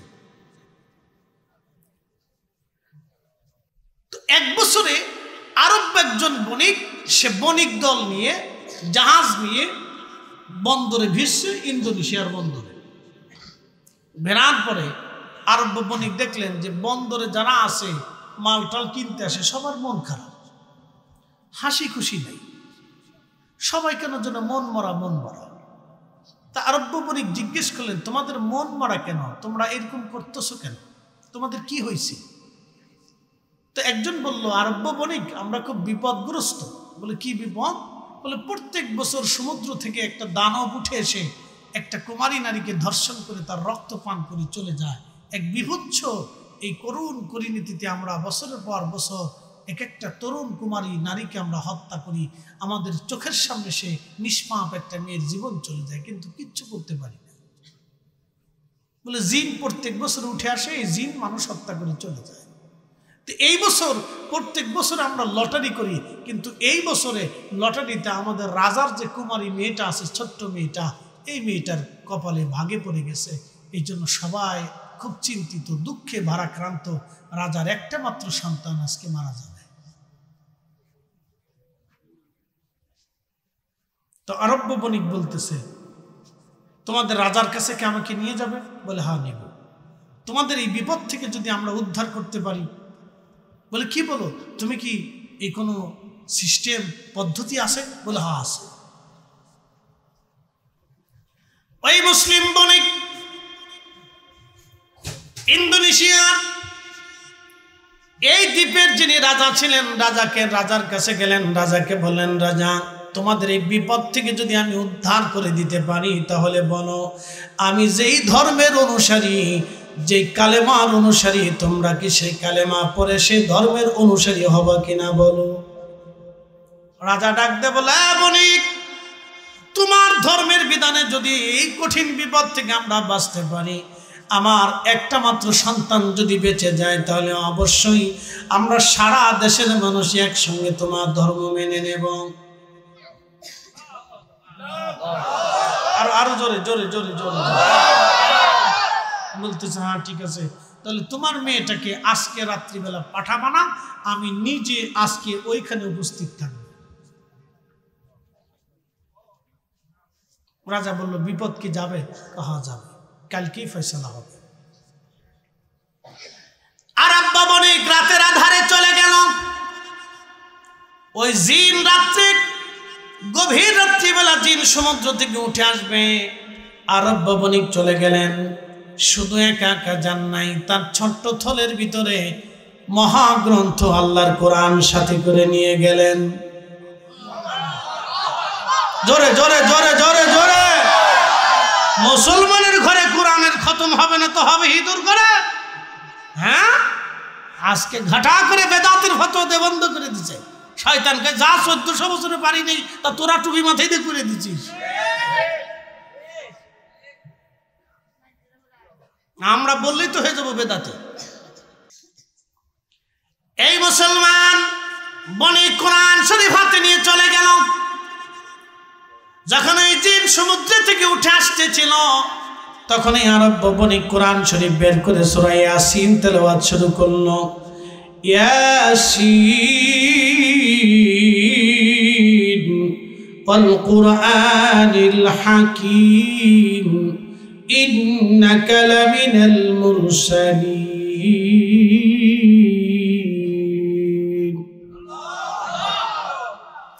আরব বণিক যখন জোরে জোরে কোরআন তেলাওয়াত শুরু করলো, জিন থমকে যে দাঁড়াইয়া একটা দৌড় মারল সাগরের দিকে। জিন চলে গেল, সাগরের অতল গহ্বরে ডুবে গেল। আর কোনদিন এই জিন আজও পর্যন্ত ফিরে আসে নাই। সবাই সকালবেলা দৌড়াই গেছে, দেখি লোকটা বেঁচে আছে না মরে গেল। যে দেখতেছে সকালবেলা বসে বসে আল্লাহর বান্দা কোরআন তেলাওয়াত করে। বাদশা ডাক দিল, আরব বণিক, এটা তোমার কিসের জাদু? বলে, জাদু না রে বাদশা, এটা আল্লাহর মহাগ্রন্থ কোরআন। আমার মালিক আমার আল্লাহ এক। এই কোরআন শরীফ যিনি এনেছেন তিনি আখিরি নবী মুহাম্মাদুর রাসূলুল্লাহ সাল্লাল্লাহু আলাইহি ওয়াসাল্লাম। এবার রাজা ডাক দিয়ে বলল, আরব বণিক, আমার আমাদের সবার দেশের মানুষ আমাদেরকে নিয়ে সবাইকে তুমি কালেমা পড়ে মুসলমান বানায় দাও। আজকে থেকে এই অঞ্চলে কোরআনের আওয়াজ চলবে, কোরআনের তেলাওয়াত চলবে। কোরআনের তেলাওয়াত শুরু হয়ে গেল, এজন্য মুসলমানের ঘরে ঘরে কোরআনের আওয়াজ দরকার। হাত উঁচা করে বলেন ঠিক না বেঠে? এটা বেদাতের ফতোয়া দিয়ে বন্ধ করে দিচ্ছে। ইস কি লাভ করছেন বুজুর্গিতে? হ্যাঁ আমি বিরাট ধর্মের উপকার করে ফেলছি। ধর্মের উপকার করছে।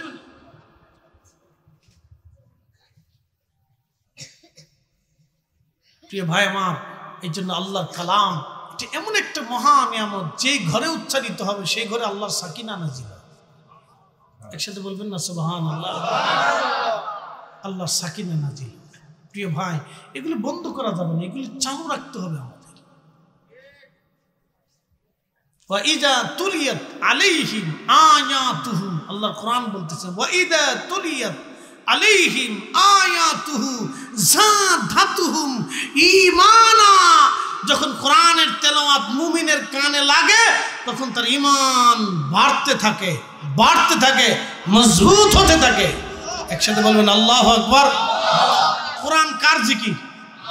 একসাথে বলেন কার জিকির? তো মুসলমানের কলিজাতে জিকিরের আওয়াজ যত ধাক্কা মারবেন, যত মারবেন, তত কলিজা সাফ হবে। কথা ঠিক আছে না?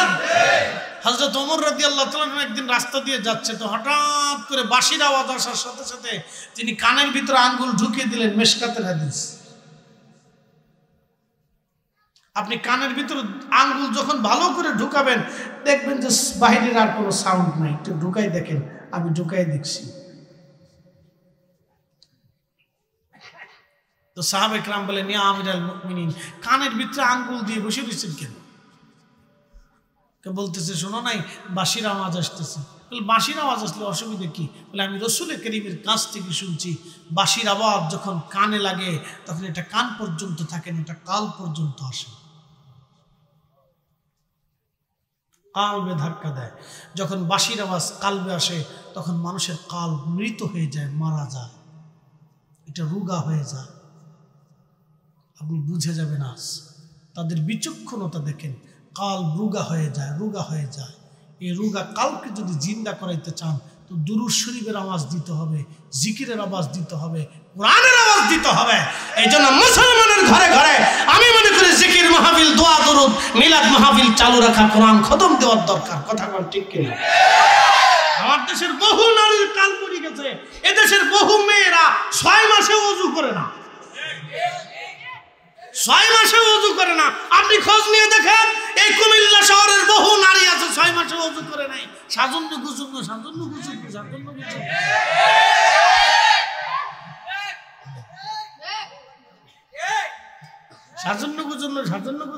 ও মুখের ভিতরে আলতা মারতে কি কয়, এটা কি কয়, এটা পাউডার না কি কয়, আড়া এই আড়া মারতে সলটা উঠেই ফেলছে একবারে। বাপরে বাপ, বেডি কালো, এই আলতা মারিয়া বেডি সল ধলা হয়ে গেছে। তোমার ওটার দরকারটা কি? তোমার আল্লাহ যেটা দিচ্ছে এটাই তো বালা।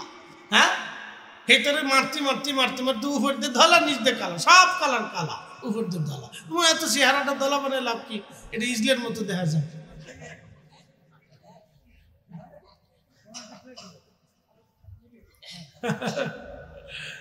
বুঝো না কি বুঝে আল্লাহ, মাথার ভিতরে কি ঢুকছে আল্লাহ। এই জন্য আমি বাস্তবতা থেকে বলব, এই যে মাহফিলগুলি হয় না, এই মাহফিলগুলি হওয়াতে আপনাদের উপকার হচ্ছে। এগুলি আপনাদের কালবে ধাক্কা লাগে। প্রতিনিয়ত আমরা গুনাহ করতে করতে এটা নষ্ট হয়ে গেছে। ঠিক আছে না ভাই? এটা কি হয়ে গেছে? নষ্ট হয়ে গেছে। এই জন্য আল্লাহ বলেছেন ওয়াইদা তুলিয়াত আলাইহিম আয়াতুহু যাদাতুহুম ঈমানা। উনি কোরআন খতম বন্ধ করে দিয়ে বুঝাইতে চাইতেছে আমরা বিরাট ধর্মের উপকার করছি। উনি বাড়ি মিলাদ দোয়া বন্ধ করে দিয়ে বুঝাইতেছে আমি বিরাট ধর্মের উপকার করে ফেলছি, বিরাট বড় বুজুর্গানে দিন। আল্লামাতুল কি কুবরা। শয়তানকে আমি যা পারি না তো তোমরা করে দিছো, ভালো কাজ করছো, যাও।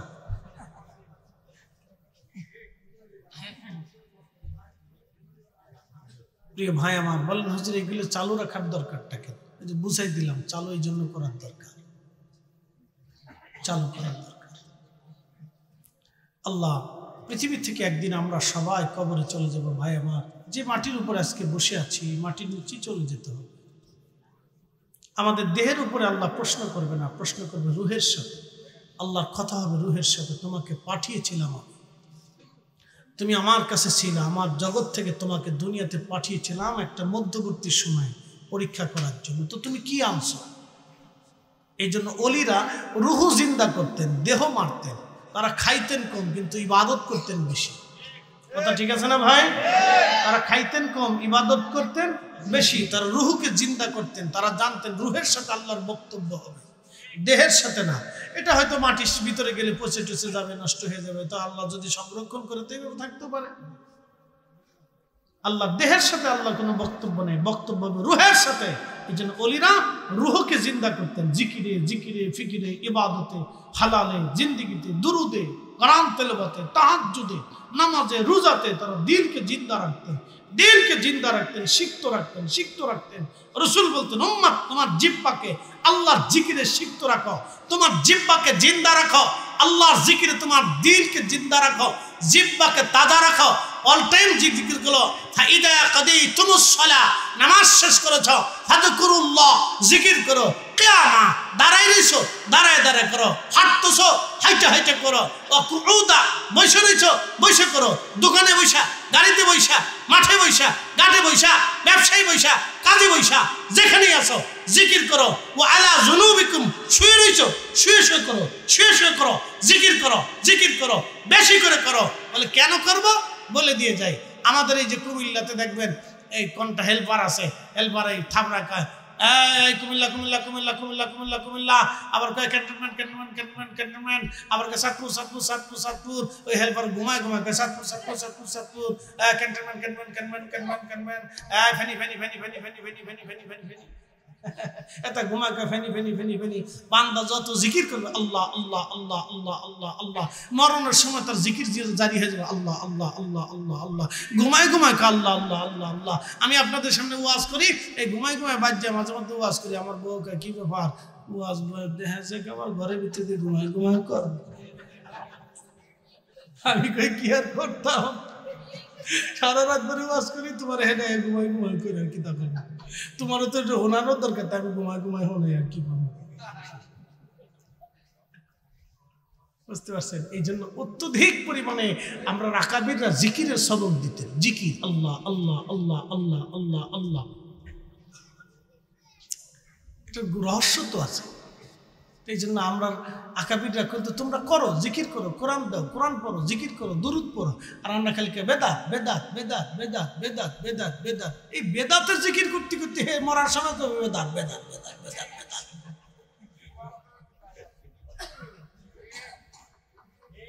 কি কথা কথা আমি চিনতে আছি, হাতে মরার সময় না করে বেদাত বেদাত বেদাত বেদাত বেদাত বেদাত। শোনেন, যেটা বেদাত সেটা বেদাত বলতে হবে, যেটা বেদাত না সেটা আমি কেন বেদাত বলবো? কুমিল্লার রসমালাইরে তো আর ছানা খাওয়া যাবে না। কি কথা কর না কেন? কুমিল্লার রসমালাইরে যদি আমি কই ছানা, আপনারা মানবেন? তখন তো হুজুর পাগল হয়েছে। আমরা দেখি রসমালাই, হুজুর কই ছানা। আর ছানারে যদি এটা কুমিল্লার রসমালাই, তাহলে আপনারা তো মানতেন না, কিন্তু হুজুর পাগল হয়েছে। ছানারে কই হুজুর রসমালাই, রসমালাই রে কই ছানা। তো যেটা বেদাত না সেটা বেদাত করলে তো আমরা মানতাম না। কি হাত জায়গা বলেন ঠিক কিনা? আল্লাহ কবুল করুক, সকলে বলেন আমিন। প্রিয় উপস্থিতি, ইন্দোনেশিয়ার ভিতরে ইন্দো প্যাসিফিক অঞ্চলগুলিতে কালেমার দাওয়াত ছড়িয়ে গেল ধীরে ধীরে ধীরে ধীরে। আজকে পৃথিবীর একটা বৃহৎ মুসলিম দেশের নাম ইন্দোনেশিয়া। একটা বৃহৎ মুসলিম দেশের নাম ইন্দোনেশিয়া। বিশ্বের অন্যতম একটা মুসলিম দেশের নাম ইন্দোনেশিয়া। এমনিতে হয় নাই, কোরআনের আওয়াজ আল্লাহ ইন্দোনেশিয়ায় কালেমা পৌঁছাই দিলেন। আর আমাদের এই অঞ্চলগুলিতে ইসলাম এসেছে খাজা বাবা আজমিরের হাত ধরে, মুজাদ্দিদ আল ফেসানি সেরহিন্দের হাত ধরে, কুতুবউদ্দিন কাকি নিজামউদ্দিন আউলিয়া শাহজালাল ইয়ামিনী, অসংখ্য ওলিদের মাধ্যমে জমিনে কালেমা এসেছে। অতএব ওলিদের দেওয়া ইসলামটাই হলো অরিজিনাল। কথা বলেন ঠিক কিনা? আল্লাহ কবুল করুক, জোরে জোরে বলেন আমিন। আল্লাহুম্মা সাল্লি, আহা জবান খুলে।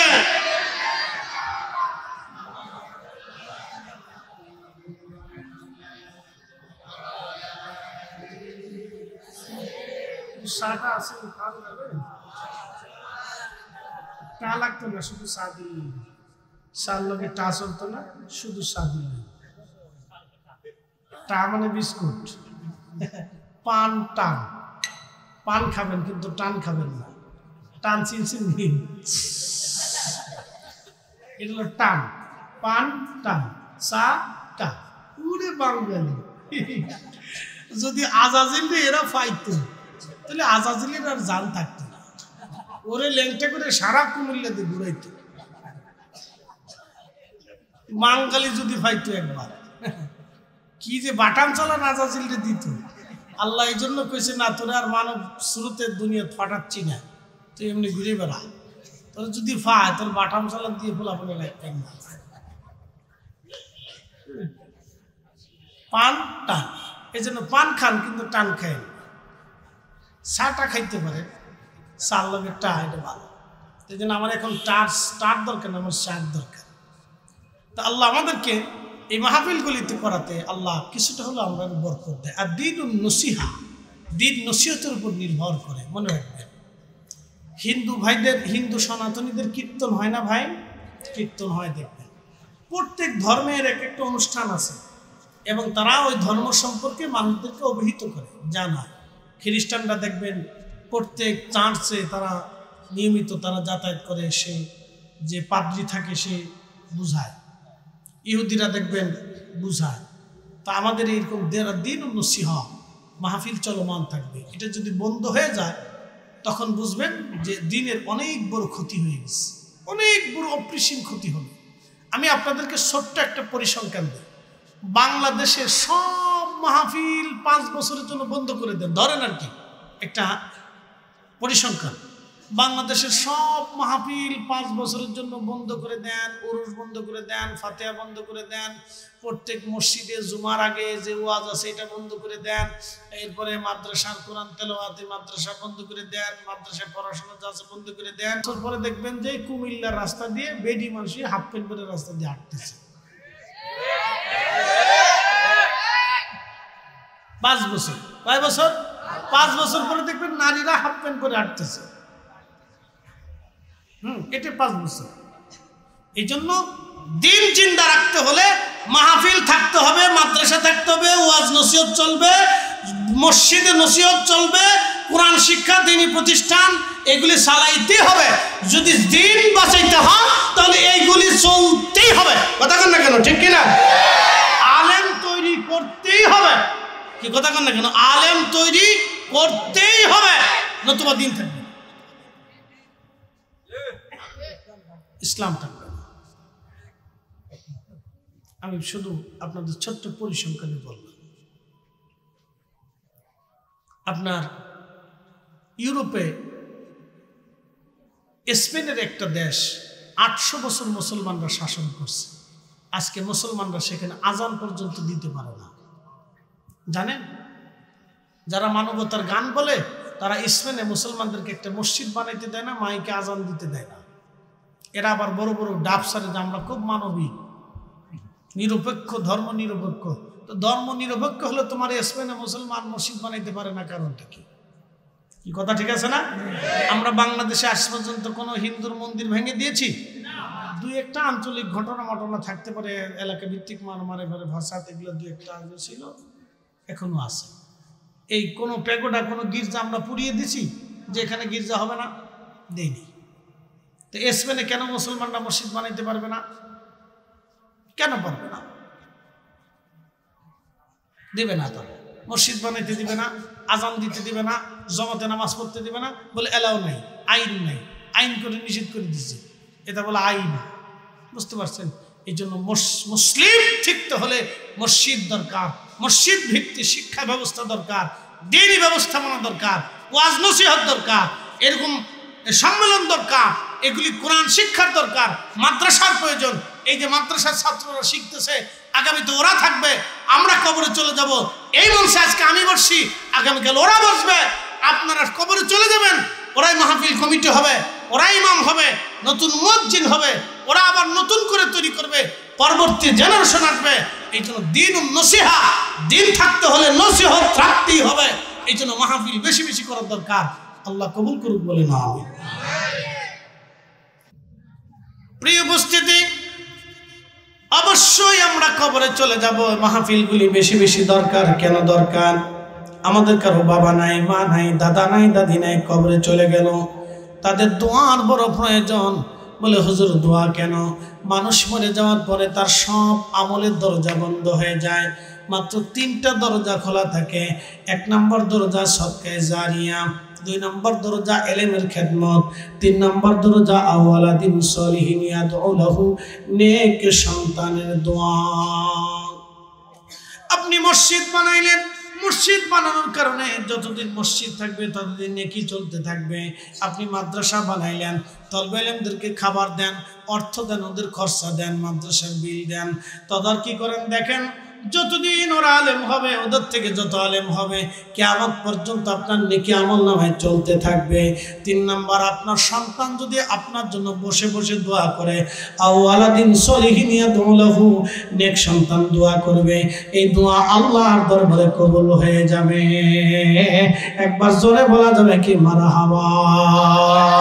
তার মানে এই মাহফিল আপনারা করেছেন, এই মনা গ্রামের ভিতরে যত মানুষ কবরে চলে গেল, সবার কবরে আজকে জান্নাতের বাগানে সওয়াব পৌঁছাই যাবে, সবার কবর আজকে কি আমলে ভরে যাবে। আল্লাহর একজন বুজুর্গ বান্দা কবরে চলে গেল, একজন আল্লাহর ওলি গোরস্থানেই থাকতেন, তিনি স্বপ্ন দেখলেন যে সবার কবরে নূর আছে, কিন্তু একজনের কবরে কোনো নূর নাই। আল্লাহর বান্দা জিজ্ঞেস করলেন, হে আল্লাহর বান্দা, তোমার কবরে কেন নূর নাই? বলে, আমার ছেলেটা দুনিয়াতে রেখে আসছিলাম, নামাজ রোজা করে না, জিকির ফিকির করে না, দোয়া দরুদ করে না, সবার কবরে নূর আসে, সন্তানরা দোয়া করে, কিন্তু আমার কবরে কোনো নূর আসে না, এই জন্য মন বেজার করে বসে আছি। বলে, তোমার সন্তানের ঠিকানা কোথায়? বলে, অমুক বাজারের অমুক জায়গা, আমার ছেলেটা একটা দোকানে কাজ করে। আল্লাহর বান্দা, তুমি উপকার করো, আমার ছেলেটাকে বুঝাও, আমার ছেলেটা যেন নামাজের পরে দোয়া করে। এই জন্য আল্লাহ শিখাই দিলেন, রাব্বির হামহুমা কামা রাব্বায়ানি সগীরা। আল্লাহ নিজে দোয়া শিক্ষা দিলেন, দোয়ার শব্দমালা কেমন হবে আল্লাহ নিজে শিক্ষা দিলেন। আল্লাহ শিখালেন দোয়া করো, আর মোল্লাই বলল বেদাত, আল্লাহ বলল ইবাদত, মোল্লাই কয় বেদাত, আল্লাহ বলে ইবাদত, আর আমার ভাইরা বলে বেদাত। এই বেদাতের ফতোয়া মানা যাবে না, যত বেশি বেশি সম্ভব দোয়া করার দরকার। দোয়া করলে কাল জিন্দা হয়, দোয়া করলে শরীর পাতলা হয়, দোয়া করলে গুনাহ মাফ হয়ে যায়, দোয়া করলে আল্লাহ দোয়াগুলি কবুল করে নেয়। দোয়ার 3টা হালত হয় নতুন নতুন নগদ নগদ কবুল হবে, আল্লাহ হয় মৃত্যুর আগে আল্লাহ দিবে, আল্লাহ কবরে যাওয়ার পরে আল্লাহ দিয়ে দিবে। দোয়া কখনো বিফল হয় না, দোয়া কখনো নষ্ট হয় না। হাজিরিন মনোযোগ দেন, সন্তানের দোয়া কবুল হয়ে যাবে। ওই আল্লাহর ওলি তিনি ওই সন্তানটাকে খুঁজতে খুঁজতে চলে গেলেন, যাই দেখলেন একটা দোকানে চাকরি করে, কাজ করে। জিজ্ঞেস করলেন, বাবা তোমার নাম কি? আমুক। বলে, হ্যাঁ। তোমার আব্বা মারা গেছেন, অমুক গুরুস্থানে কবর দেওয়া হয়েছে। বলে, হ্যাঁ। তোমার আব্বার জন্য তুমি দোয়া করো না, নামাজ কালাম পড়ো না, জিকির আজকার করো না? বলে, হুজুর আপনি কেমনে জানলেন? বলে, হ্যাঁ, তোমার আব্বার গুরুস্থানে আমি ঘুমাই পড়ছিলাম, স্বপ্নে আল্লাহ দেখাইলেন তোমার আব্বাকে, সবার কবরে নূর আসে, তোমার আব্বার কবরে নূর নাই। সবার সন্তানরা দোয়া করে, কিন্তু তুমি দোয়া করো না। বেটা আজকে থেকে তওবা করো, নামাজ পড়ো, দোয়া করো। ছেলেটা হাত ধরে বলল, হুজুর ভুল হয়ে গেছে আমার, আজকে থেকে তওবা করলাম, নামাজ পড়বো, দোয়া করবো। কয়েকদিন পর আল্লাহর ওলি আবার গোরস্থানে ঘুমানো, স্বপ্নে দেখতেছে সবার কবরে নূর, ওই আল্লাহর বান্দার কবরে নূর চমকাইতেছে। জিজ্ঞেস করলো, আল্লাহর বান্দা নূর কেন? বলে, আমার ছেলেটা তওবা করছে, দোয়া করে, যার কারণে আল্লাহ আমার কবরটাকে নূর বানাই দিয়েছে। একবার জোরে বলা যাবে কি সুবহানাল্লাহ? বাবা মার কবরে নূর পৌঁছানোর দরকার আছে না নাই? পৌঁছাবেন তো ইনশাল্লাহ। যদি কেউ পৌঁছাইতে চান তাহলে কে আছেন একজন আল্লাহর বান্দা বলবেন